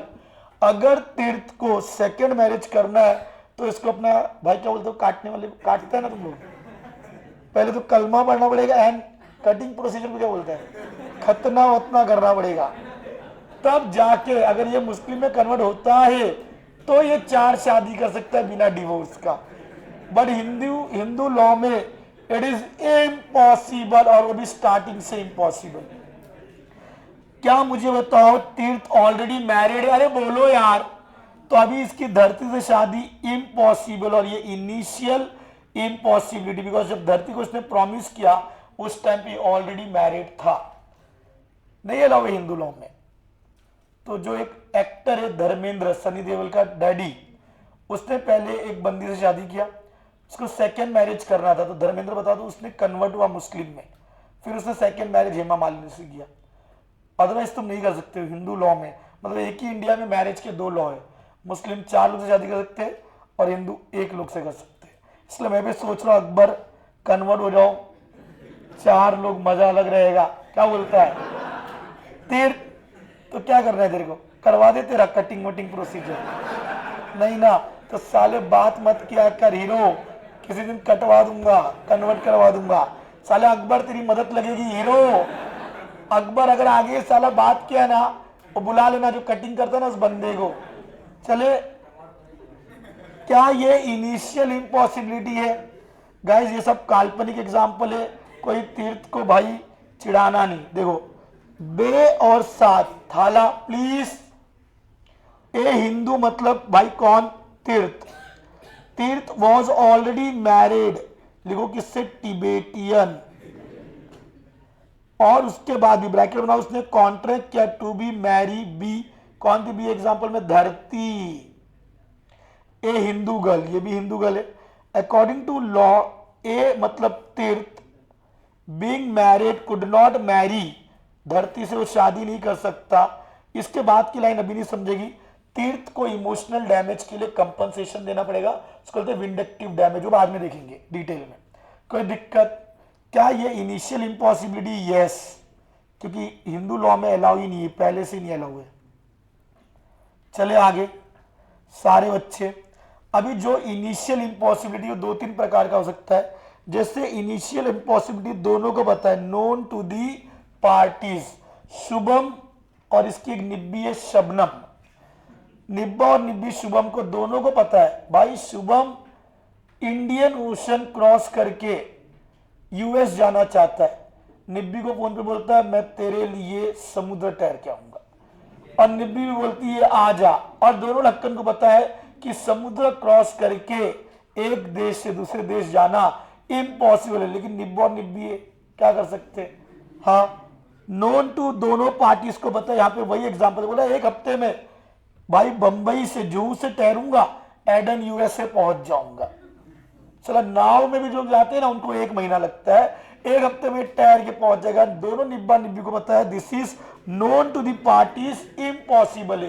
क्या ये इनिशियल इम्पॉसिबिलिटी है कि बाद में हुआ? इनिशियल है। शिद्दत मूवी देखा है? चलो कुछ भी दिखाते, उसी में दिखा है। It would be observe that an agreement, please नालायक, it would be observe that an agreement formed quite un, UN card दो पागल है साले, ऊपर लिखता है वो नोन टू बोथ पार्टी और नीचे लिखा है unknown, that an agreement formed quite known to the, please quite known to the. English medium की तरह बिहेव मत करो, बाहर कर दूंगा आधी क्लास को, और यहीं के जाएंगे बाहर। एग्जाम्पल हो गया, मजा ले लिया, आगे बढ़ो यार, अब लाइन पे ध्यान दो। Quite known to the parties, तो भाई नशा करके लिख दिया उसने। क्या ये इम्पॉसिबल है? यस। क्या ये वॉइड है? यस। सर अगर दोनों को नहीं पता है अननोन है, दोनों ही गधे हैं, नहीं पता है। सोगा में तुमने ऐसा पढ़ा होगा, ऐसा भैया तीर्थ घोड़ा बेचता है, एक ब्राउन घोड़ा तीर्थ के तबेले में पड़ा है। 11 तारीख को तबेले में गया, देखा ब्राउन घोड़ा एकदम हेल्दी है, चना वना देके ये आ गया उसको। 15 तारीख को तीर्थ के ऑफिस में एक कस्टमर आया, शुभम, बोला मेरे को ब्राउन घोड़ा खरीदना है। तीर्थ ने बोला डोंट वरी, 4 दिन पहले गया था, घोड़ा एकदम हेल्दी है, कॉन्ट्रैक्ट कर लो। और इसने बोला, शुभम ने, की डिलीवरी चाहिए 20 तारीख को, 5 दिन बाद। ये लोग ने कॉन्ट्रैक्ट कर लिया। उसके जब 20 तारीख को शुभम घोड़ा लेना, तो लोग दोनों तबेले में गए तो देखिए घोड़ा मर गया था। क्या ये पहले से मर चुका था? यस, क्योंकि ये 11 को गया, घोड़ा 14 को मर गया, कॉन्ट्रैक्ट 15 को बना। तो क्या घोड़ा कॉन्ट्रैक्ट बनने के पहले मर चुका था? क्या इसको पता था? नहीं, बिकॉज उसके तो तबेले में गया नहीं। क्या बाहर को पता था? नहीं। इनिशियल इम्पॉसिबिलिटी, सोगा में ऐसा तुमने 2 पढ़ा है, एक before agreement to sell damage होता है, एक आफ्टर एग्रीमेंट टू सेल मतलब बिफोर सेल। अरे बोलो यार, देखो सोगा पहले कॉन्ट्रैक्ट का ही पार्ट था, सोगा बेबी है कॉन्ट्रैक्ट का, बाद में उसको अलग किया। कोई दिक्कत? बोलो यार। दोनों ढक्कन थे, दोनों इग्नोरेंट थे, क्या ये वॉइड माना जाएगा? Yes, initial impossibility. अरे बोलो यार। अब ये वाला खतरनाक है, ध्यान देना। If known to the promisor only, guys if known to the promisor only का मतलब क्या है? एक को पता है इम्पॉसिबल और एक को पता है इम्पॉसिबल नहीं है। मुझे एवरीवन एक चीज सुनना ध्यान से। क्या नाम है तेरा? निर्जरा की फ्रेंड नाम क्या है? हाँ, ईशा। जो भी है, त्रिशा, त्रिशा निब्बी ने चैलेंज किया, निर्जरा निब्बी के, दोनों निब्बी, निर्जरा, निर्जरा। ध्यान सुनना, त्रिशा शानी को पहले से पता था कि ये चीज इम्पॉसिबल है। एक को पता था, एक को नहीं। इम्पॉसिबल नोन त्रिशा को, निर्जरा ढक्कन है, इसको पता नहीं था, इसको नहीं पता था कि ये इम्पॉसिबल है। ध्यान सुनना, दोनों ने शर्त लगाया। त्रिशा ने बोला कि निर्जरा तेरे को Bermuda triangle, Bermuda triangle swim करके क्रॉस करके आना है। निर्जरा बोलती मैं बहुत खतरनाक स्विमर हूं, मैं कोई भी समुद्र स्विम कर सकती हूँ। ऐसा गाइस पॉसिबल है, लोग समुद्र स्विम करते हैं, ऐसा नहीं है। बट बर्मुडा ट्राइंगल के बारे में निर्जरा को कुछ आइडिया नहीं है। त्रिशा को पता है कि बर्मुडा ट्राइंगल इज लाइक एक ऐसा लोकेशन है जो ट्राइंगल जैसा दिखता है बीच में, उसके आजू बाजू में तुम कर सकते हो स्विम आराम से। बट वो जो लोकेशन है, अगर उसके 100 फीट 200 फीट ऊपर भी प्लेन है, उधर इतना ग्रेविटी है, पूरा प्लेन 30 सेकेंड्स के अंदर जमीन के अंदर धंस जाएगा। समुद्र के बीच में इतनी ग्रेविटी, उसको बोलते बर्मुडा ट्राइंगल। त्रिशा को ये मालूम है, निर्जरा को पता नहीं है। 5 करोड़ का शर्त लगाया और निर्जरा बहुत अच्छी स्विमर है, ऐसे बहुत समुद्र क्रॉस किया है, इसने चैलेंज एक्सेप्ट कर लिया। ये चली गई, समा गई धरती के अंदर, इसकी वाइफ जो बनने वाली उसके अंदर समा गई। क्या मुझे बताओ, क्या निर्जरा चल बसी? यस, चल बसी। क्या त्रिशा को ये मालूम था? अरे बोलो यार, क्या ऐसा हमने पढ़ा था मिस्टेक में? निर्जरा अपनी गलती से चल बसी क्योंकि इग्नोरेंट था, उसको पता नहीं था। क्या इसको वॉइडेबल बोलेंगे? नहीं बोलेंगे, बिकॉज निर्जरा अपनी गलती से गई, उसको पता होना चाहिए था। कहां पढ़ा था? मिस्टेक में। गाइस यहां ऐसा नहीं है, यहां ये चिंटी त्रिशा ये वॉइडेबल कॉन्ट्रैक्ट है और त्रिशा लाइबल होगी। Sir why? देखो मिस्टेक में जो भी मैंने एग्जांपल दिया, दोनों में फर्क करो। मिस्टेक में ऐसी चीजें जो इम्पॉसिबल नहीं थी, मिस्टेक में जो मुझे कानून नहीं पता है वो इम्पॉसिबल चीज थोड़ी थी। मिस्टेक में ट्रैफिक का रूल पता करना इम्पॉसिबल है कि पॉसिबल? पॉसिबल है। अगर पॉसिबल वाली चीज में एक पार्टी ने गलती किया तो वही पार्टी गुनहगार होगा, वॉइडेबल नहीं है। बट यहां पे इसने, निर्जरा ने कौन सा मिस्टेक किया? इम्पॉसिबल वाली चीज। ये चिंटी को जब पता था कि ये चीज इम्पॉसिबल है, निर्जरा को नहीं पता था, इसको बोलना चाहिए, इसकी ड्यूटी थी। लेकिन पॉसिबल वाला चीज है तो उसको बोलने की जरूरत नहीं है। फिर किसकी गलती होती? निर्जरा की। अरे बोलो यार, ये समझा क्या? तो गाइज यहां पे पहले तुमने ये लिख दिया, लिखना अगर इफ वन पार्टी मतलब निर्जरा, वन पार्टी इग्नोरेंट मतलब नॉलेज नहीं है, अबाउट इम्पॉसिबल, इम्पॉसिबल इवेंट, फिर भी माना जाएगा ये वॉइडेबल। जनरली नहीं माना जाता, फिर भी क्या माना जाएगा, वॉइडेबल कॉन्ट्रैक्ट। ये समझा गया। If one party ignorant, IGNORANT, ignorant about impossible event, मतलब बर्मुडा ट्रायंगल के बारे में इसको नहीं पता था, फिर भी ये वॉइडेबल कॉन्ट्रैक्ट है, निर्जरा को जस्टिस मिलेगा। गुनेगार कौन होगी, अरे बोलो यार, तो यहां पे निर्जरा अग्रीव्ड पार्टी मानी जाएगी और त्रिशिया लाइबल होगी। माना निर्जरा ने मिस्टेक किया है, बट दिस मिस्टेक किसका किया, इम्पॉसिबिलिटी का, और यही मिस्टेक अगर पॉसिबल का होता तो ये वॉइडेबल नहीं माना जाता। फ्रेंड्स बोलो, फ्रेंड्स, एवरीवन, क्या मेरी बातें समझ में आ रही है? चले आगे। क्या ये मिटा दो, आजू बाजू का लिख लिया तुम लोग ने? चलो, ये था इनिशियल इम्पॉसिबिलिटी। एवरीवन क्या था ये, इनिशियल इम्पॉसिबिलिटी। सारे बच्चे नोन टू ओनली प्रोमिजर, तो प्रोमिजर पे लिखो Tricia. Well at the time of entering into contract promisor Tricia alone knows about the impossibility of performance या इवेंट। इवेंट या परफॉर्मेंस पे लिखो बर्मुडा ट्राइंगल। यूट्यूब पे इस पे एक मूवी भी मिल जाएगा, बर्मुडा ट्राइंगल। ये वाली लाइन काट दो, if he does not have known it with, ये काट दो इतना। प्रोमिसी पे लिखो Nirjara, Nirjara is entitled to claim compensation for any loss suffered. समझा, क्योंकि ये इम्पॉसिबल हो गया। सब्सिक्वेंट मतलब बाद में इम्पॉसिबल हुआ, सुपरवेनिंग मतलब बाद में इम्पॉसिबल हुआ।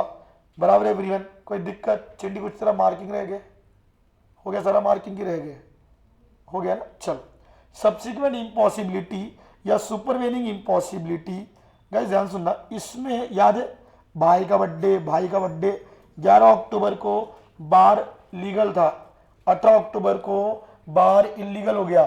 क्या ये सब्सिक्वेंट इम्पॉसिबिलिटी है? शुरू में ये वैलिड था, बाद में वॉइड हो गया, इसको बोलते थे वॉइड कॉन्ट्रैक्ट, राइट? और जो शुरू में ही इलीगल हो गया था वॉइड एग्रीमेंट। अरे मालूम है कि नहीं, कोई नया नहीं है, फटाफट देखो यहाँ पे। When performance promise become impossible, impossible जैसे मजनू भाई वाला, क्या मजनू भाई का डेथ हो गया तो पहले तो वैलिड कॉन्ट्रैक्ट था, नूरा के दो बड़े बड़े आग बनाया वैसे ही मर गया, तो बाद में हुआ ना इम्पॉसिबल। अरे बोलो यार। और illegal by occurrence of unexpected event, क्या पहले भाई का बर्थडे दारू लीगल था, कॉन्ट्रैक्ट बनाया इलीगल हुआ, तो ये होगा भाई का बर्थडे। ये समझा एवरीवन? ये सब एग्जांपल याद है? चेंज इन सर्कमस्टांसेस का मतलब होता है लॉ चेंज होना, और क्या ये अपने कंट्रोल में है या नहीं है। कंटेम्पलेशन मतलब बियॉन्ड द कंट्रोल। देखो इम्पॉसिबिलिटी वही चीज है जो बियॉन्ड कंट्रोल होता है। क्या होता है? Beyond control. गाइस में एक CS का बहुत जूना सिलेबस का एक इसके ऊपर एग्जाम आया था, बहुत ब्यूटीफुल क्वेश्चन था। किसका पूर्ण मजर है? अच्छा सुना भैया, सारे बच्चे पहले सुनो, एक एग्जाम्पल देता हूं, तुम मुझे बताना ये क्या है, इम्पॉसिबल है या नहीं है। ऐसा है गाइस, ये दो बच्चे, ये सब पीछे, ये सारे बच्चे जो पढ़ते नहीं है, तो ये लोग एक फैक्ट्री में काम करते हैं। फैक्ट्री का नाम है झंडू बाम। क्या नाम है? झंडू बाम। झंडू बाम फैक्ट्री की वाटिका है। वाटिका समझते हो? वाटिका, गार्डन, वाटिका में ये लोग सब वो जड़ी बूटी वगैरह उगाते सब कुछ। ये साले उधर माली का काम करते, ठीक है, कई सालों से उधर काम करते, कटिंग वटिंग का काम करते अपना कटने के बाद उधर, ठीक है। तो ये लोग वहां माली का काम करते। एवरी ईयर इनको दीपावली पे बोनस मिलता है। झंडू बाम को एक अपोलो हॉस्पिटल से बहुत बड़ा ऑर्डर मिला है, जो 1 महीने में क्या करना है, डिलीवर करना है। सारे वर्कर काम करेंगे तो हो जाएगा। हुआ क्या, इस साल झंडू बाम ने बोला कि बिजनेस थोड़ा अफेक्टेड था।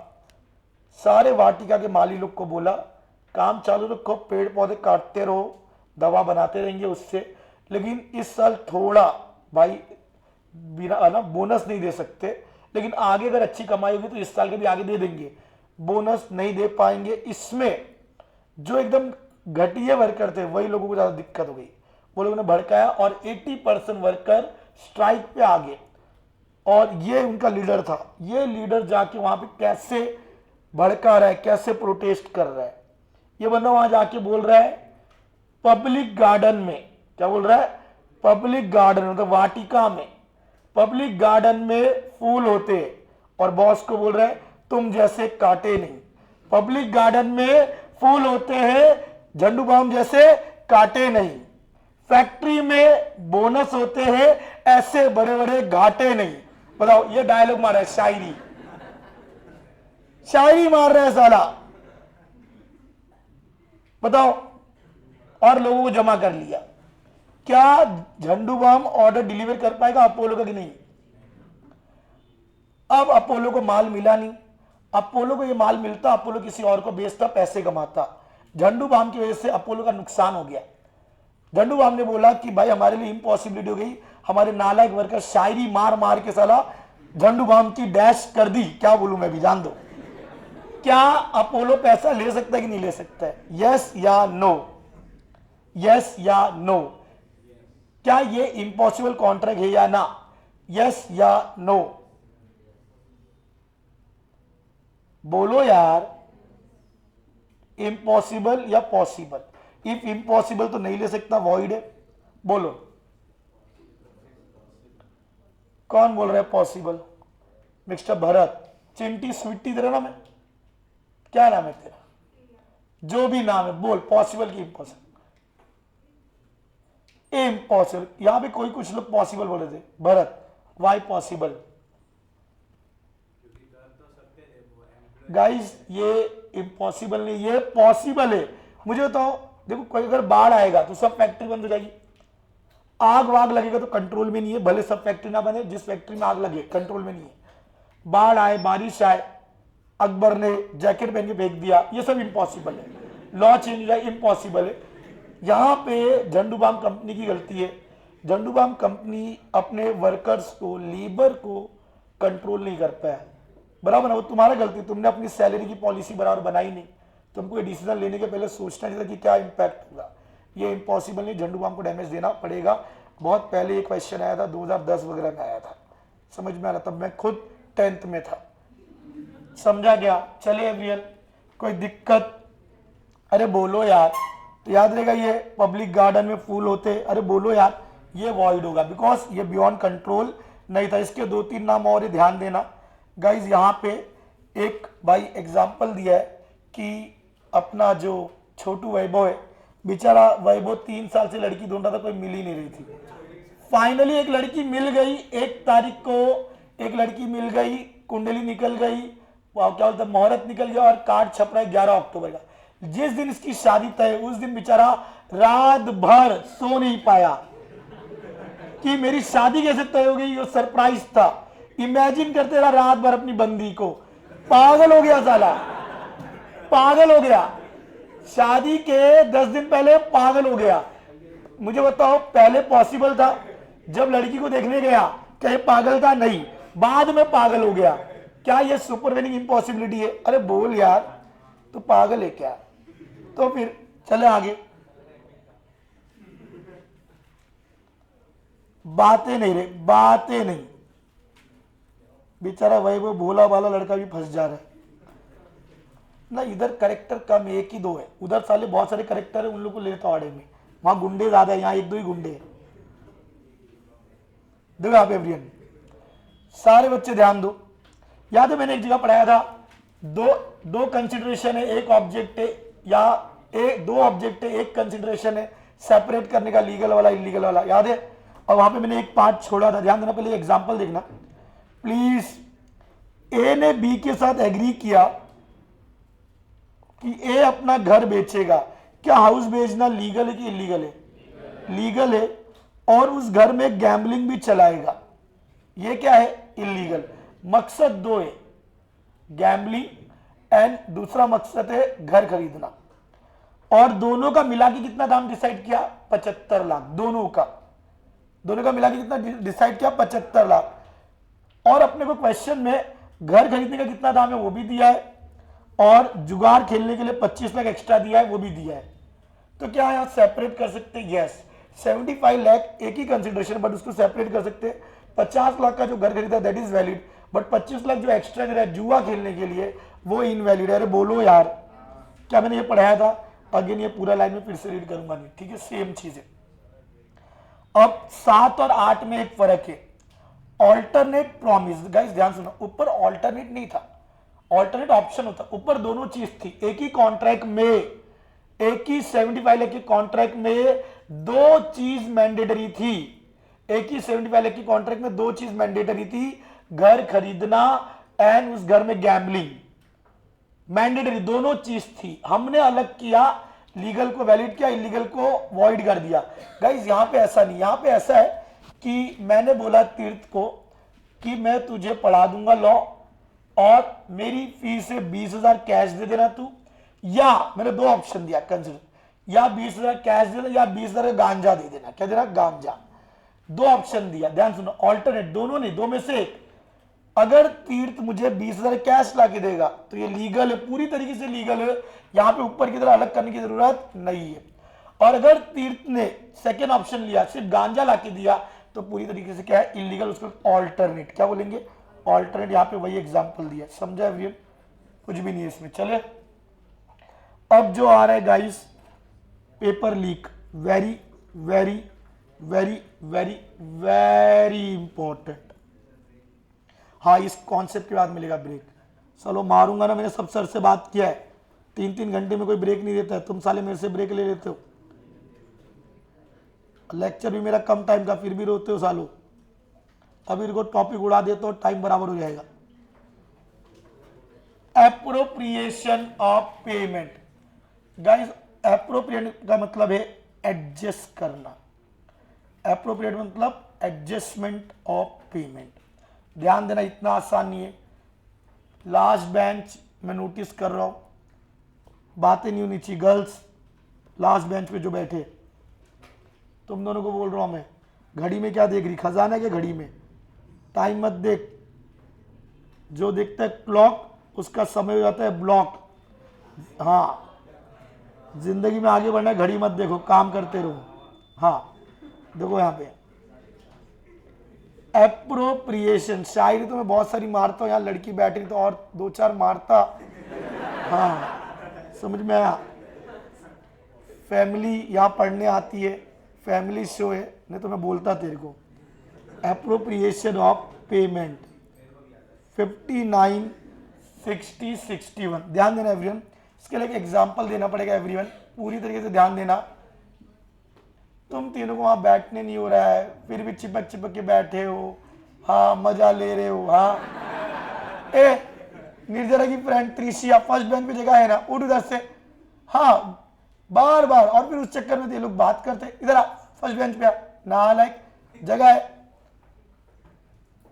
तीनों एक दूसरे को मसाज दे रहे। हाँ बैठ नहीं पा रहे, फ्री का मसाज लो। देखो यहां पे एवरीवन, ये सुना, पहले सुन, यहां पे एक एग्जांपल लेंगे।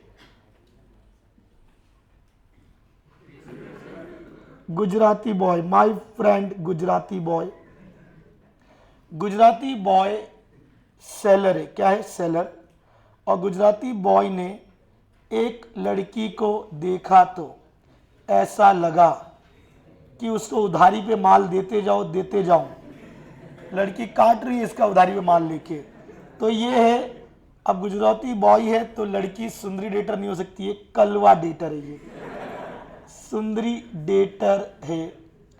और गुजराती बॉय ने क्रेडिट पे एक बार माल नहीं बेचा उसको, कई बार क्रेडिट पे माल बेचा।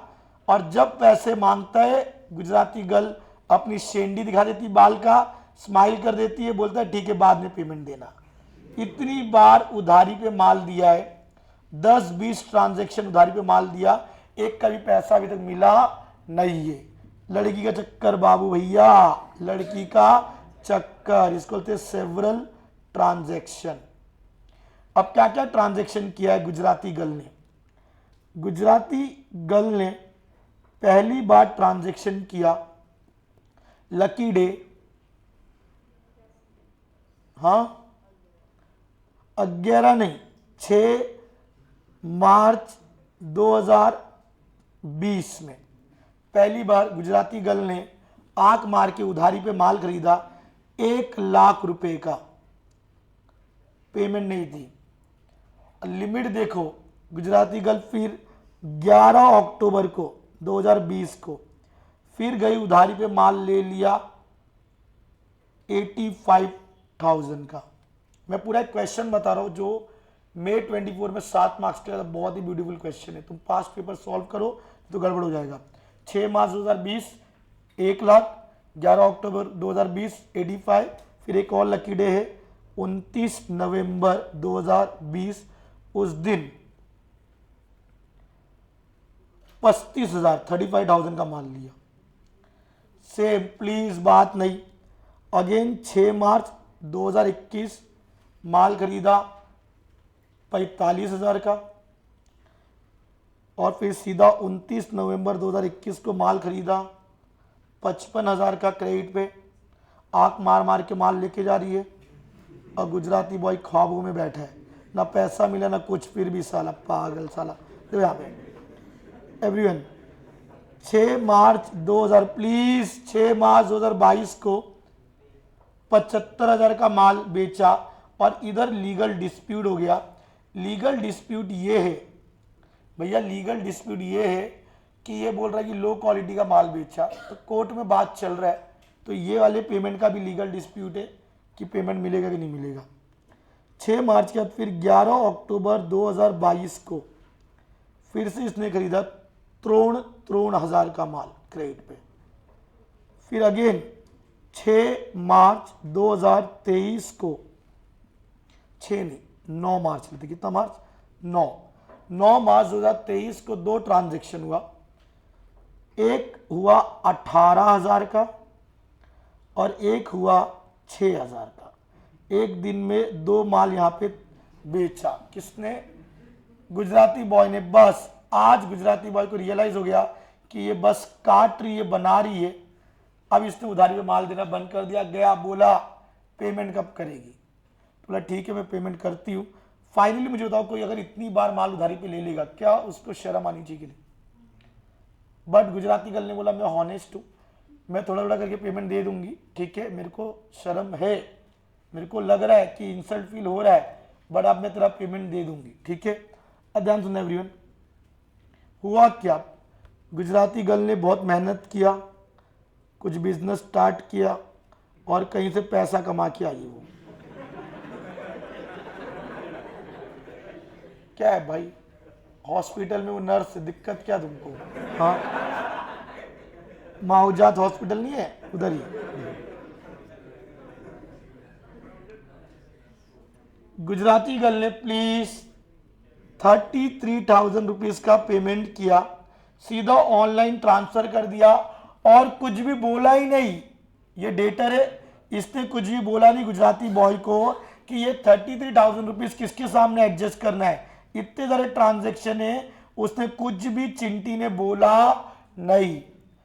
तो अब क्या करें? तो लॉ क्या बोलता है, अगर सामने वाला डेटर कुछ नहीं बोल रहा है तो पहले ये चेक करो जो अमाउंट है 33,000 का, क्या वो किसी बिल के अमाउंट से मैच होता है।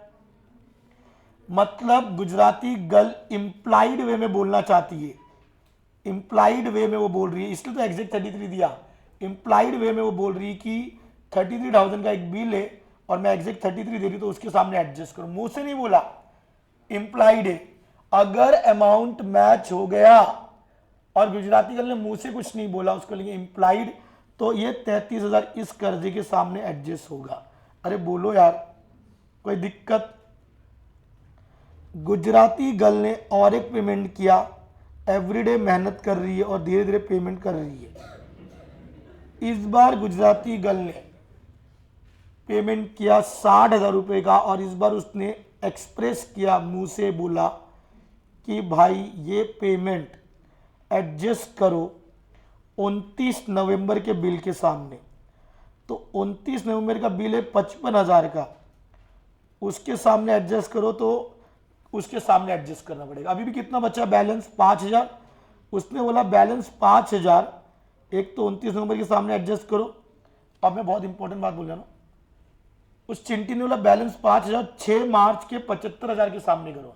नहीं कर सकते, इसका कोर्ट से डिसीजन नहीं आया है, लीगल डिस्प्यूट है, उसके बोलने पे नहीं जाना है। तो हम बोलेंगे भाई इधर तो नहीं कर सकते क्योंकि कोर्ट ने अभी डिसीजन नहीं दिया कितना लेना देना है। तो फिर चिंटी ने बोला कि एक काम करो, 6 मार्च का जो बिल है ना उसके सामने 5 एडजस्ट कर दो, तो 5 इधर कटेगा तो बचेगा कितना, 40,000। क्या चिंटी ने इधर एक्सप्रेसली बोला 6 मार्च के सामने 5 एडजस्ट करो? क्या चिंटी ने यहां एक्सप्रेसली बोला? चिंटी जब एक्सप्रेसली बोले या इंप्लाइडली बिल मैच हो जाए, ये दोनों चीज दिया है सेक्शन 59 में, तो उसके हिसाब से एडजस्टमेंट होगा। आ जाओ सारे बच्चे। गाइज यहां पे जो पूरी वर्डिंग लिखी है एकदम इजी है, मैंने ऑलरेडी बता दिया है। डेटर है कौन, गुजराती गर्ल जीजी, उसने ओ क्या सवरल डेट, बहुत सारे कर्जे लिए सेम एक ही बंदे से, गुजराती बॉय से, एंड वो पेमेंट कर रही है थोड़ा थोड़ा, वो पेमेंट इनसफिशिएंट है, इतने बिल का पेमेंट नहीं हो रहा है बट कुछ तो पेमेंट हो रहा है। अरे बोलो यार, इनसफिशिएंट है to discharge all the debt, but आधा अधूरा तो दे रही है। पेमेंट कैसे एडजस्ट होगा, अप्रोप्रिएट कैसे होगा, एज पर सेक्शन 59 61 फॉलो करना है। अभी हमने 59 किया, ध्यान देना। Where a debtor Gujarati girl ने अलग अलग कर्जा लिया है एक ही पर्सन गुजराती बॉय से, तो गुजराती गर्ल गुजराती बॉय से कर्जा लिया और गुजराती गर्ल पेमेंट कर रही है, इधर मुंह से बोला उसने एक्सप्रेस इंटीमेशन और अंडर सर्कमस्टांसेस, ऐसा सिचुएशन जो जब उसने 33,000 दिया मुंह से कुछ नहीं बोला, तो ये सिचुएशन इंप्लाइड करता है, उसने मुंह से कुछ नहीं बोला लेकिन 33,000 दिया, ये सिचुएशन सर्कमस्टांसेस इंप्लाई करता है कि ये पेमेंट को क्या करना है, अप्लाइड मतलब एडजस्ट करना है, डिस्चार्ज करने के लिए पर्टिकुलर डेथ मतलब 33,000 में कोई बिल है उसके सामने ही एडजस्ट करना है, इसको बोलते हैं इंप्लाइड। यहां तक ब्रैकेट बनाना। और अगर ये पेमेंट एक्सेप्टेड है, ये पेमेंट किसने एक्सेप्ट किया, गुजराती बॉय ने, तो गुजराती बॉय उसी अकॉर्डिंगली एडजस्ट करेगा, जैसे डेटर ने बोला है वैसे ही एडजस्ट करेगा, अपनी मनमानी नहीं करेगा। क्या एक वर्ड समझ में आ रहा है गाइस? मैं बता रहा हूं तुमको, प्रोविजन स्टडी मटेरियल से स्टिक होकर लिखना है, छोटे मोटे वर्ड इधर उधर कर सकते हो। जब ये मई 24 में एग्जाम हुआ था पहली बार न्यू सिलेबस का, अपने यहाँ 2 बच्चे थे, उसमें हेमाक्षी व्यास करके थी जिसने भी इंटर का एग्जाम दिया, जिसे वो 68 या 70 आए थे लॉ में, that is very big achievement. पहले वाले एग्जाम में मैक्सिमम लोग लॉ में फेल हुए थे, 40 भी नहीं आए। वो चिंटी हमेशा प्रोविजन मैंने देखा था, आजकल तो तुमको हम लोग 2-3 नोट्स दे रहे, तभी मैं मॉड्यूल से पढ़ाता था। वो चिंटी जब भी टेस्ट होता था मॉड्यूल के वर्ड्स उसमें दिखते थे, इक्का दुक्का जाएगा चाहिए, इसलिए उसको मार्क्स आया। अब कुछ बच्चों के कैलिबर कम थे तो मैंने उनको इजी वर्डिंग भी दे दी थी, उन लोगों को 40 भी दिया। प्लीज ट्राई करो जो मैक्सिमम चीजें जिसका आने का चांसेस ज्यादा एग्जाम में, वो टॉपिक के प्रोविजन, देखो तुमको सिर्फ प्रोविजन ही याद रखना है अच्छे से, एनालिसिस में थोड़ी अपनी वर्डिंग चलेगी, कंक्लूजन में चलेगी। प्रोविजन मतलब क्या है, कानून, कानून तो कानून की तरह इनसे कैसे चलेगा। कल बाहर उधर इंग्लिश मीडियम का कुछ करके लड़का है, सोगा के 6-7 आंसर लिख के आया, मैंने बोला ये सबको अगर तुम कुछ आंसर लिखते हो तो मेरे को बताओ, लिख के लाया, मैंने चेक किया, इतना घटिया राइटिंग, और मतलब वो लॉ नहीं लिख रहा है, इंग्लिश लिख रहा है, इंग्लिश लिख रहा है। और उसी के साथ एक लड़का हर्ष है, कंपनीज एक्ट का वो लिख के, क्या जबरदस्त लिखा था उस बंदे ने, पूरे स्टडी मटेरियल के वर्ड्स दिख रहे थे। तुमको कितना भी कॉन्सेप्ट क्लियर हो जाए, राइटिंग प्रैक्टिस तुम नहीं कर रहे हो, बर्बाद। तुमको बुरा लगेगा मैं आज ही रिजल्ट देता हूं तुम फेल हो, इसलिए मैंने वेरी फर्स्ट डे से बोला है कि मैं क्वेश्चन से देता हूँ, सीधा क्वेश्चन से करो और उसको लिखने का प्रैक्टिस करो। इसलिए मैं रेडीमेड करके देता हूँ कि तुम डायरेक्ट लिखो। लास्ट टाइम याद है मैं बोला था लिख के आने का, अब नहीं बोला तो इसका मतलब ये नहीं, वो इंप्लाइड है कि तुमको लिखना है ऑलवेज। सर हम खुद बना के नहीं लिख पा रहे, मैंने रेडीमेड दिया, देख के लिखो, देख के लिखो, राइटिंग प्रैक्टिस करो, लेकिन समझ के लिखो, समझ के वो प्रोविजन को याद करने की कोशिश करो। कितना टाइम लगेगा भाई प्रोविजन पढ़ने में, मैं नहीं बोल रहा कि मॉड्यूल के पूरा प्रोविजन पढ़ ले, जितने क्वेश्चन सर में जहां जहां प्रोविजन आ रहा है वो प्रोविजन याद कर ले। सर उस प्रोविजन की वर्डिंग में, जैसे ये चिंटी कई बार भेजती है ग्रुप में, उस प्रोविजन की वर्डिंग में थोड़ी डिफिकल्टी आ रही है, जहां डिफिकल्ट है हमको बोलो थोड़ा एक आध जगह तुम इजी कर दो यार, मैंने खुद बोल रहा प्रोविजन में 1-2 वर्ड इजी डिफिकल्ट है तुम खुद काट दो, और नहीं हो रहा तो मेरे को बोलो, लेकिन guys stick to study material, और जो अपने आंसर है वो स्टडी मटेरियल के ही है। तो प्रोविजन पे स्टिक होना पड़ेगा, प्रोविजन की राइटिंग प्रैक्टिस करनी पड़ेगी, नहीं तो तुम जो यहां मेहनत कर रहे हो वेस्ट है। राइटिंग प्रैक्टिस 2 बार नहीं हुई और तुमने कम से कम 3-4 टेस्ट नहीं दिए 100-100 मार्क्स वाले फुल फ्लेज, तो कॉन्फिडेंस नहीं आएगा, मैं बोल रहा हूं। कल भी विशाल सर ने वहाँ इंग्लिश मीडियम में बहुत बार बोला, लॉ को ही लेके बोला, 3 सब्जेक्ट एक तरफ, लॉ एक तरफ, ये वाट लगा सकता है, लॉ अकेले तुम्हारा अटेम्प्ट लगा सकता है, और फिर तुम इसको हल्के में लेते हो। लॉ कोई इंग्लिश नहीं है, लॉ कोई नॉर्मल लैंग्वेज है कि समरी लैंग्वेज में लिख दे, लॉ लॉ है, लॉ की भाषा अलग है। नहीं तो हर अंग्रेज आज सीए बन जाता, क्रिश्चियन नहीं बन पाता है, तो इंग्लिश और लॉ में फर्क है। तो प्लीज थोड़ा एफर्ट्स डालो। मेरे को कुछ मेरे जूनियर बच्चों ने बोला, सर हमने गुजराती मीडियम में पूछा कैसा चल रहा है, बोला समझ में तो सब आ रहा है लेकिन ना लिखने नहीं आ रहा है। मैं बोला अभी क्या बोलना है, तो फिर ये तो जूनी कहानी हो गई। तो मैं वेरी फर्स्ट डे बोल देता हूँ कि तुम भाई लिखो, ग्रुप बनाया है, कोई वर्ड्स नहीं लिख पा रहे बोलो। ये चिंटी कंसिस्टेंट डाउट पूछिए, 2-4 लोग पर्सनल में, ये लोग कंसिस्टेंट, 13 आता है आई थिंक, और 1-2 लोग जो मेरे को पर्सनल में डाउट गुजराती मीडियम से पूछते। दैट शोज कि तुम पढ़ नहीं रहे हो, पढ़ोगे तो तुमको डाउट आएगा ना। सीधा अगेन अगेन बोल रहा, रोज बोलता हूँ, प्रोविजंस पढ़ो क्वेश्चन से, सीधा वहीं से पढ़ो प्रोविजन, पता है ऐसे लिखने का। समझ में आ रहा है क्या बोला मैंने? एंड उसको लिखने की ट्राई करो, और रट्टा नहीं, समझ के, हर वर्ड का तो मीनिंग बता रहा हूँ तो समझ के पढ़ो ना। एप्लीकेशन मतलब कॉल करना, या एप्लीकेशन मतलब एडजस्ट करना, तो फिर क्यों नहीं कर पा रहे हो तुम? आना चाहिए कि नहीं आना चाहिए? गाइस ऐसा नहीं चाहिए, मेरे को लास्ट बैच की तरह रिपीटेशन नहीं चाहिए कि हम भी लिख नहीं पाए, वो तो नहीं होना चाहिए। अभी भी सफिशिएंट टाइम है, एफर्ट्स डालो। समझ में आया क्या बोला मैंने?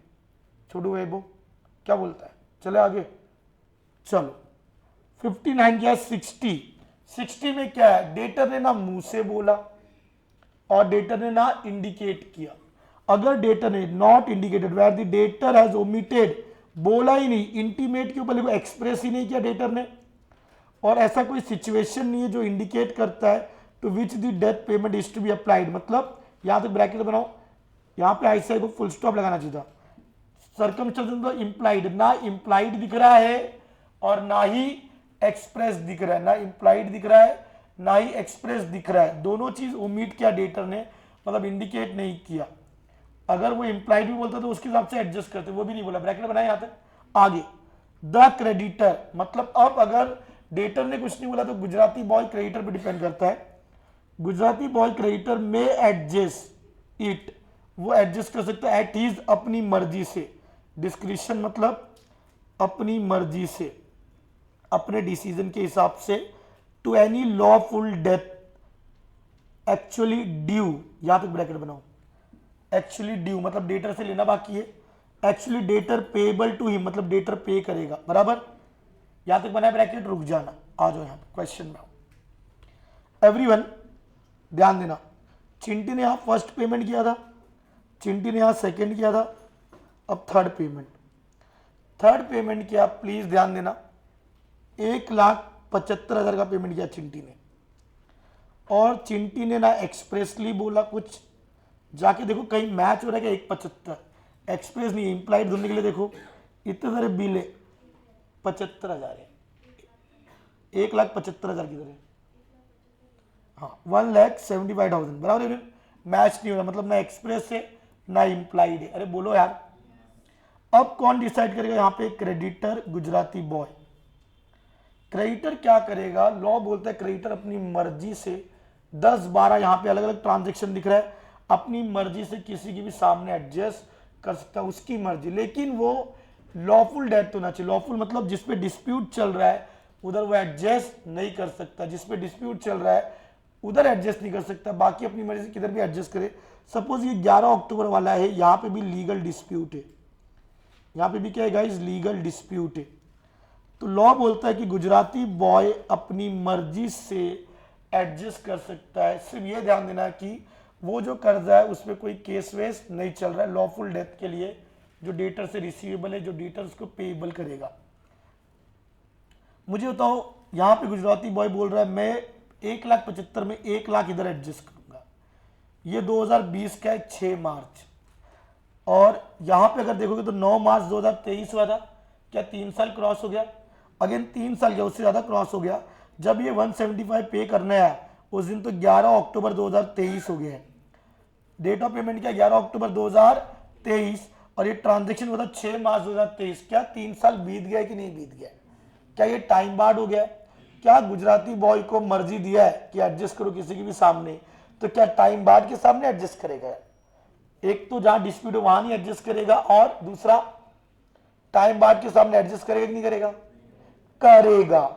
ये एक एक्सेप्शन है, ये सेक्शन एक्सेप्शन है, ये एक लौता सेक्शन है। बोलता है टाइम बार्ड होने के बाद डेटर ने कोई पेमेंट किया और डेटर ने मुंह से कुछ नहीं बोला, तो क्रेडिटर टाइम बार्ड को भी एडजस्ट करेगा। ये समझा क्या? अरे बोलो यार। देखो यहाँ पे वर्डिंग आगे का, वेर, प्लीज ध्यान दो everyone, where its recovery is, पहले इज और ये काट दो, एक बार के लिए इतना काट दो, मतलब पेंसिल से काटने के बाद वापस देखना पड़ेगा। Where its recovery is barred by law, barred मतलब एक्सपायर्ड बाय लॉ, बार्ड मतलब एक्सपायर्ड बाय लॉ, तो where the recovery is barred by law, वहां पे भी तुम रिकवर कर सकते हो। अरे बोलो यार। और नॉट बार्ड, अगर टाइम बार्ड नहीं हुआ तब तो करेंगे ही करेंगे, और टाइम बार्ड हुआ फिर भी करेंगे। अरे बोलो यार। यहां तक लॉ तक टिक करना, उसके आगे का टिक मत करना, तो उसके आगे का वर्ड लिखने का कोई फायदा नहीं है। अब नाक में दम है वो, ऐसे प्रोविजन याद करो, कहीं नाक में दमारा छोड़ दो कुछ फर्क नहीं पड़ता, आधा लाइन कम लिखोगे कुछ फर्क नहीं पड़ता, लेकिन जितना लिखो लगना चाहिए कि लॉ लिखा है। समझ में आ रहा? कोई दिक्कत यहां तक? उसके बाद यहां से टिक करो, हाउ एवर ही कैनॉट, ही मतलब गुजराती बॉय, कैनॉट अप्लाई मतलब एडजस्ट, डिस्प्यूटेड नहीं कर सकता। अरे बोलो यार। तो टाइम बार्ड में एडजस्ट कर सकते। गाइस 11 अक्टूबर 2020 का एक पेमेंट और 85,000, और अपना हीरो पे कर रहा है 12 अक्टूबर, चेंज कर दो कितना। गाइस ये क्वेश्चन समझाने के लिए तुमको बहुत क्वेश्चन मिलेंगे, कहां मिलेंगे? अपनी बुक में नहीं मिलेगा, सब तुमको पास्ट पेपर में, मॉक टेस्ट पेपर में वहीं मिलेंगे, ऐसे जलवा क्वेश्चन वहीं आते। 12 अक्टूबर 2023 को पेमेंट कर रहा है, और एक कब का पेमेंट है ये? 11 अक्टूबर। क्या ये भी टाइम बार्ड है? अरे 11 अक्टूबर 2020 से 11 अक्टूबर 12 अक्टूबर, तो 3 साल हो गया ना, एक दिन क्रॉस हो गया। क्या ये भी टाइम बार्ड है? क्या इसके सामने भी एडजस्ट कर सकते हैं? यस, लेकिन ये टाइम बार्ड तो है, बट इस पे डिस्प्यूट चल रहा है तो एडजस्ट नहीं। मैं सारी पॉसिबिलिटी बता दे रहा हूं। तो फिर क्या करें? फिर और कोई ऑप्शन ले लो। अभी 75,000 बचा है ना, तो उसको 35 के सामने कर देता हूं, और कितना बचा है? 45,000। कितना बचा है गाइस? 45,000 बचा है। तो क्या करते, इसको मैं भी फिलहाल ये सोचता हूं कि लीगल डिस्प्यूट से हटा दिया मैंने, तो इसके सामने और 45 क्या कर देगा वो? एडजस्ट। इतना भाई सम का इतना चिंता मत कर, कॉन्सेप्ट समझ, बहुत क्वेश्चंस मिलेंगे। 45 हम सोच रहे हैं इसके सामने एडजस्ट करेंगे, ये समझा? अरे बोलो यार, क्या वो अपनी मर्जी से एडजस्ट करेगा? राइट एवरीवन, कोई दिक्कत? क्या समझ में आया? 60, 61 गुजराती गर्ल डेटर ढक्कन है, बोलती मुझे समझ में नहीं आ रहा कौन से बिल के सामने एडजस्ट करवाना है। उससे बड़ा ढक्कन है गुजराती बॉय, वही बोल रहा है मेरे को भी नहीं समझ में आ रहा है करना क्या है, मेरे को भी समझ में आ रहा नहीं है करना क्या है। तो गाइस ध्यान सुनना, जब दोनों ही ढक्कन है, दोनों को नहीं समझ में आ रहा है, तो लॉ बोलता है application adjustment of payment, neither party appropriates, neither मतलब दोनों में से किसी ने भी एडजस्ट नहीं किया। 61 बोलता है payment shall be adjust in discharge of death in the order of time, time के ऊपर लिखना डेट, मतलब टाइम को डेट भी बोलते हैं, in order of time. Guys date wise, date में जो पहले, अगर डेटर कुछ नहीं बोल रहा है, क्रेडिटर भी अपनी मर्जी से नहीं डिसाइड कर पा रहा है, तो लॉ बोलता है डेट वाइज जो सबसे जूना है वो पहले एडजस्ट करो, भले वो टाइम बार्ड एक चलेगा, जो सबसे जूना है पहले। फीफो पढ़ा तुमने? FIFO, first in first out, तो जो सबसे जूना बिल है वो पहले एडजस्ट करना। समझा क्या बोला मैंने? तुम लोग भी फीफो फॉलो करते हो, जो तुमको पहले पढ़ाया जाता है वो पहले तुम्हारे माइंड में इन होता है और फिर बाद में आउट हो जाता है, भूल जाते हो तुम। फीफो बस वही वाला मेथड है ये, समझ में आ? तो कुछ नहीं बोला लॉ ने, तो लिखो वहां बाजू में डेट वाइज करोगे। कैसे करोगे? डेट। सर हम डेट वाइज जा रहे थे, लीगल डिस्प्यूट आया, तो फिर उसको छोड़ के अगले डेट पे जाओगे, ये समझा क्या? वेदर दे आर, मैंने ऑलरेडी बताया, वेदर दे आर बार्ड और नॉट बार्ड बाय लॉ, बस वहीं तक टिक करना। समझा एवरीवन? डेट वाइज जो सबसे जूना है पहले उसको एडजस्ट करना। लेकिन सर अगर एक ही डेट पे दो ट्रांजेक्शन है, debts are of equal standing, equal standing मतलब सेम डेट पे दो बिल बनाए, सेम डेट पे इक्वल स्टैंडिंग मतलब दो ट्रांजेक्शन, कितने? बे ट्रांजेक्शन, एक ट्रांजेक्शन 18,000 का हुआ है और एक 6,000 का हुआ है। बोलो यार, तो सर अगर सेम डेट पे तो क्या कैसे एडजस्ट करोगे? Ratio and proportion, Suraj sir को याद करोगे। 9 मार्च यही बच्चा है, सेम डेट पे दो ट्रांजेक्शन है, 18,000 और 6,000, और चिंटी पे कर रही है ओनली 20,000। कितना पे कर रही है? 20,000। चिंटी बोल रही मेरे पास सर 20,000 रुपए है, और एक ही डेट पे, डेट वाइज जा रहे, उस डेट पे दो ट्रांजेक्शन, कितने? 2। देखो बड़ा सिंपल है, जो टोटल 20,000 वो पे कर रहा है, पहले देखो 18 में कितना कटेगा, बराबर, और 18 प्लस 6 टोटल का आना चाहिए नीचे 24,000, फिर टोटल 24,000 इधर भी, 6,000 में कितना कटेगा वो देखो, और पेमेंट कितना आ रहा है? 20। मुझे तो गाइस दोनों मिला के कितना पे करना है? 24। ध्यान सुनना, रेशियो कब आएगा ये भी सुनना, कुछ बच्चे बहुत गधेगिरी करते। दोनों मिला के कितना पे करना है? एक ही दिन का 24,000 दो बिल का, और सामने वाला ज्यादा पे कर रहा है कि कम? जब कम पे होगा, दोनों मिला के कम पे, तो ही रेशियो लगेगा। एक बच्चा जरा पागल, गाली निकला था मेरे मुंह से, आया, दोनों मिला के 24,000 हो रहा है, और सामने वाले ने पूरा 24,000 पे किया है, रेशियो मार रहा है, साले पागल है। अच्छा एक्स्ट्रा पे किया है फिर भी रेशियो मार रहा है, क्यों रेशियो मार रहा है? एक्स्ट्रा पे किया, दोनों मिला के 24 से एडजस्ट कर, फिर 6,000 जो अगला आगे का बिल है उधर एडजस्ट कर।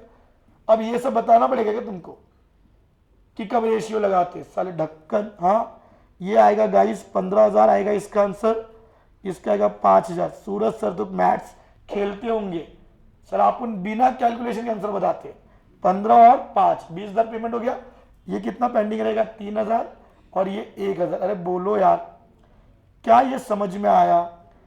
देवियों सज्जनों, होप तुम लोग एंजॉय कर रहे हो, और मुझे पता है तुमको ब्रेक नहीं चाहिए, तुम लोग मेहनती बच्चे हो, क्या करोगे ब्रेक? यार 9 बजे शुरू किया, 3 घंटे भी नहीं हुए। तू तो साले बोल मत अकबर, मेरी सड़ियल फोटो डालता है साले, पेट बाहर फोटो डालता है फिट आदमी का। ठीक है गाइस, 11:38 हो रहा है, हम लोग 11:48, 10 मिनट का ब्रेक है। और मैं एक चीज क्लियर कर रहा हूं, तुम्हारा लेक्चर 1 तक नहीं है, 1:30 तक है, समझ में आया? बहस करना नहीं मेरे से, क्योंकि सुबह 1 घंटा तुम लोग ने डिले किया। साला बारिश है, बाढ़ नहीं है, आ सकते तुम लोग, क्या है उसमें टायर क्या हो साला।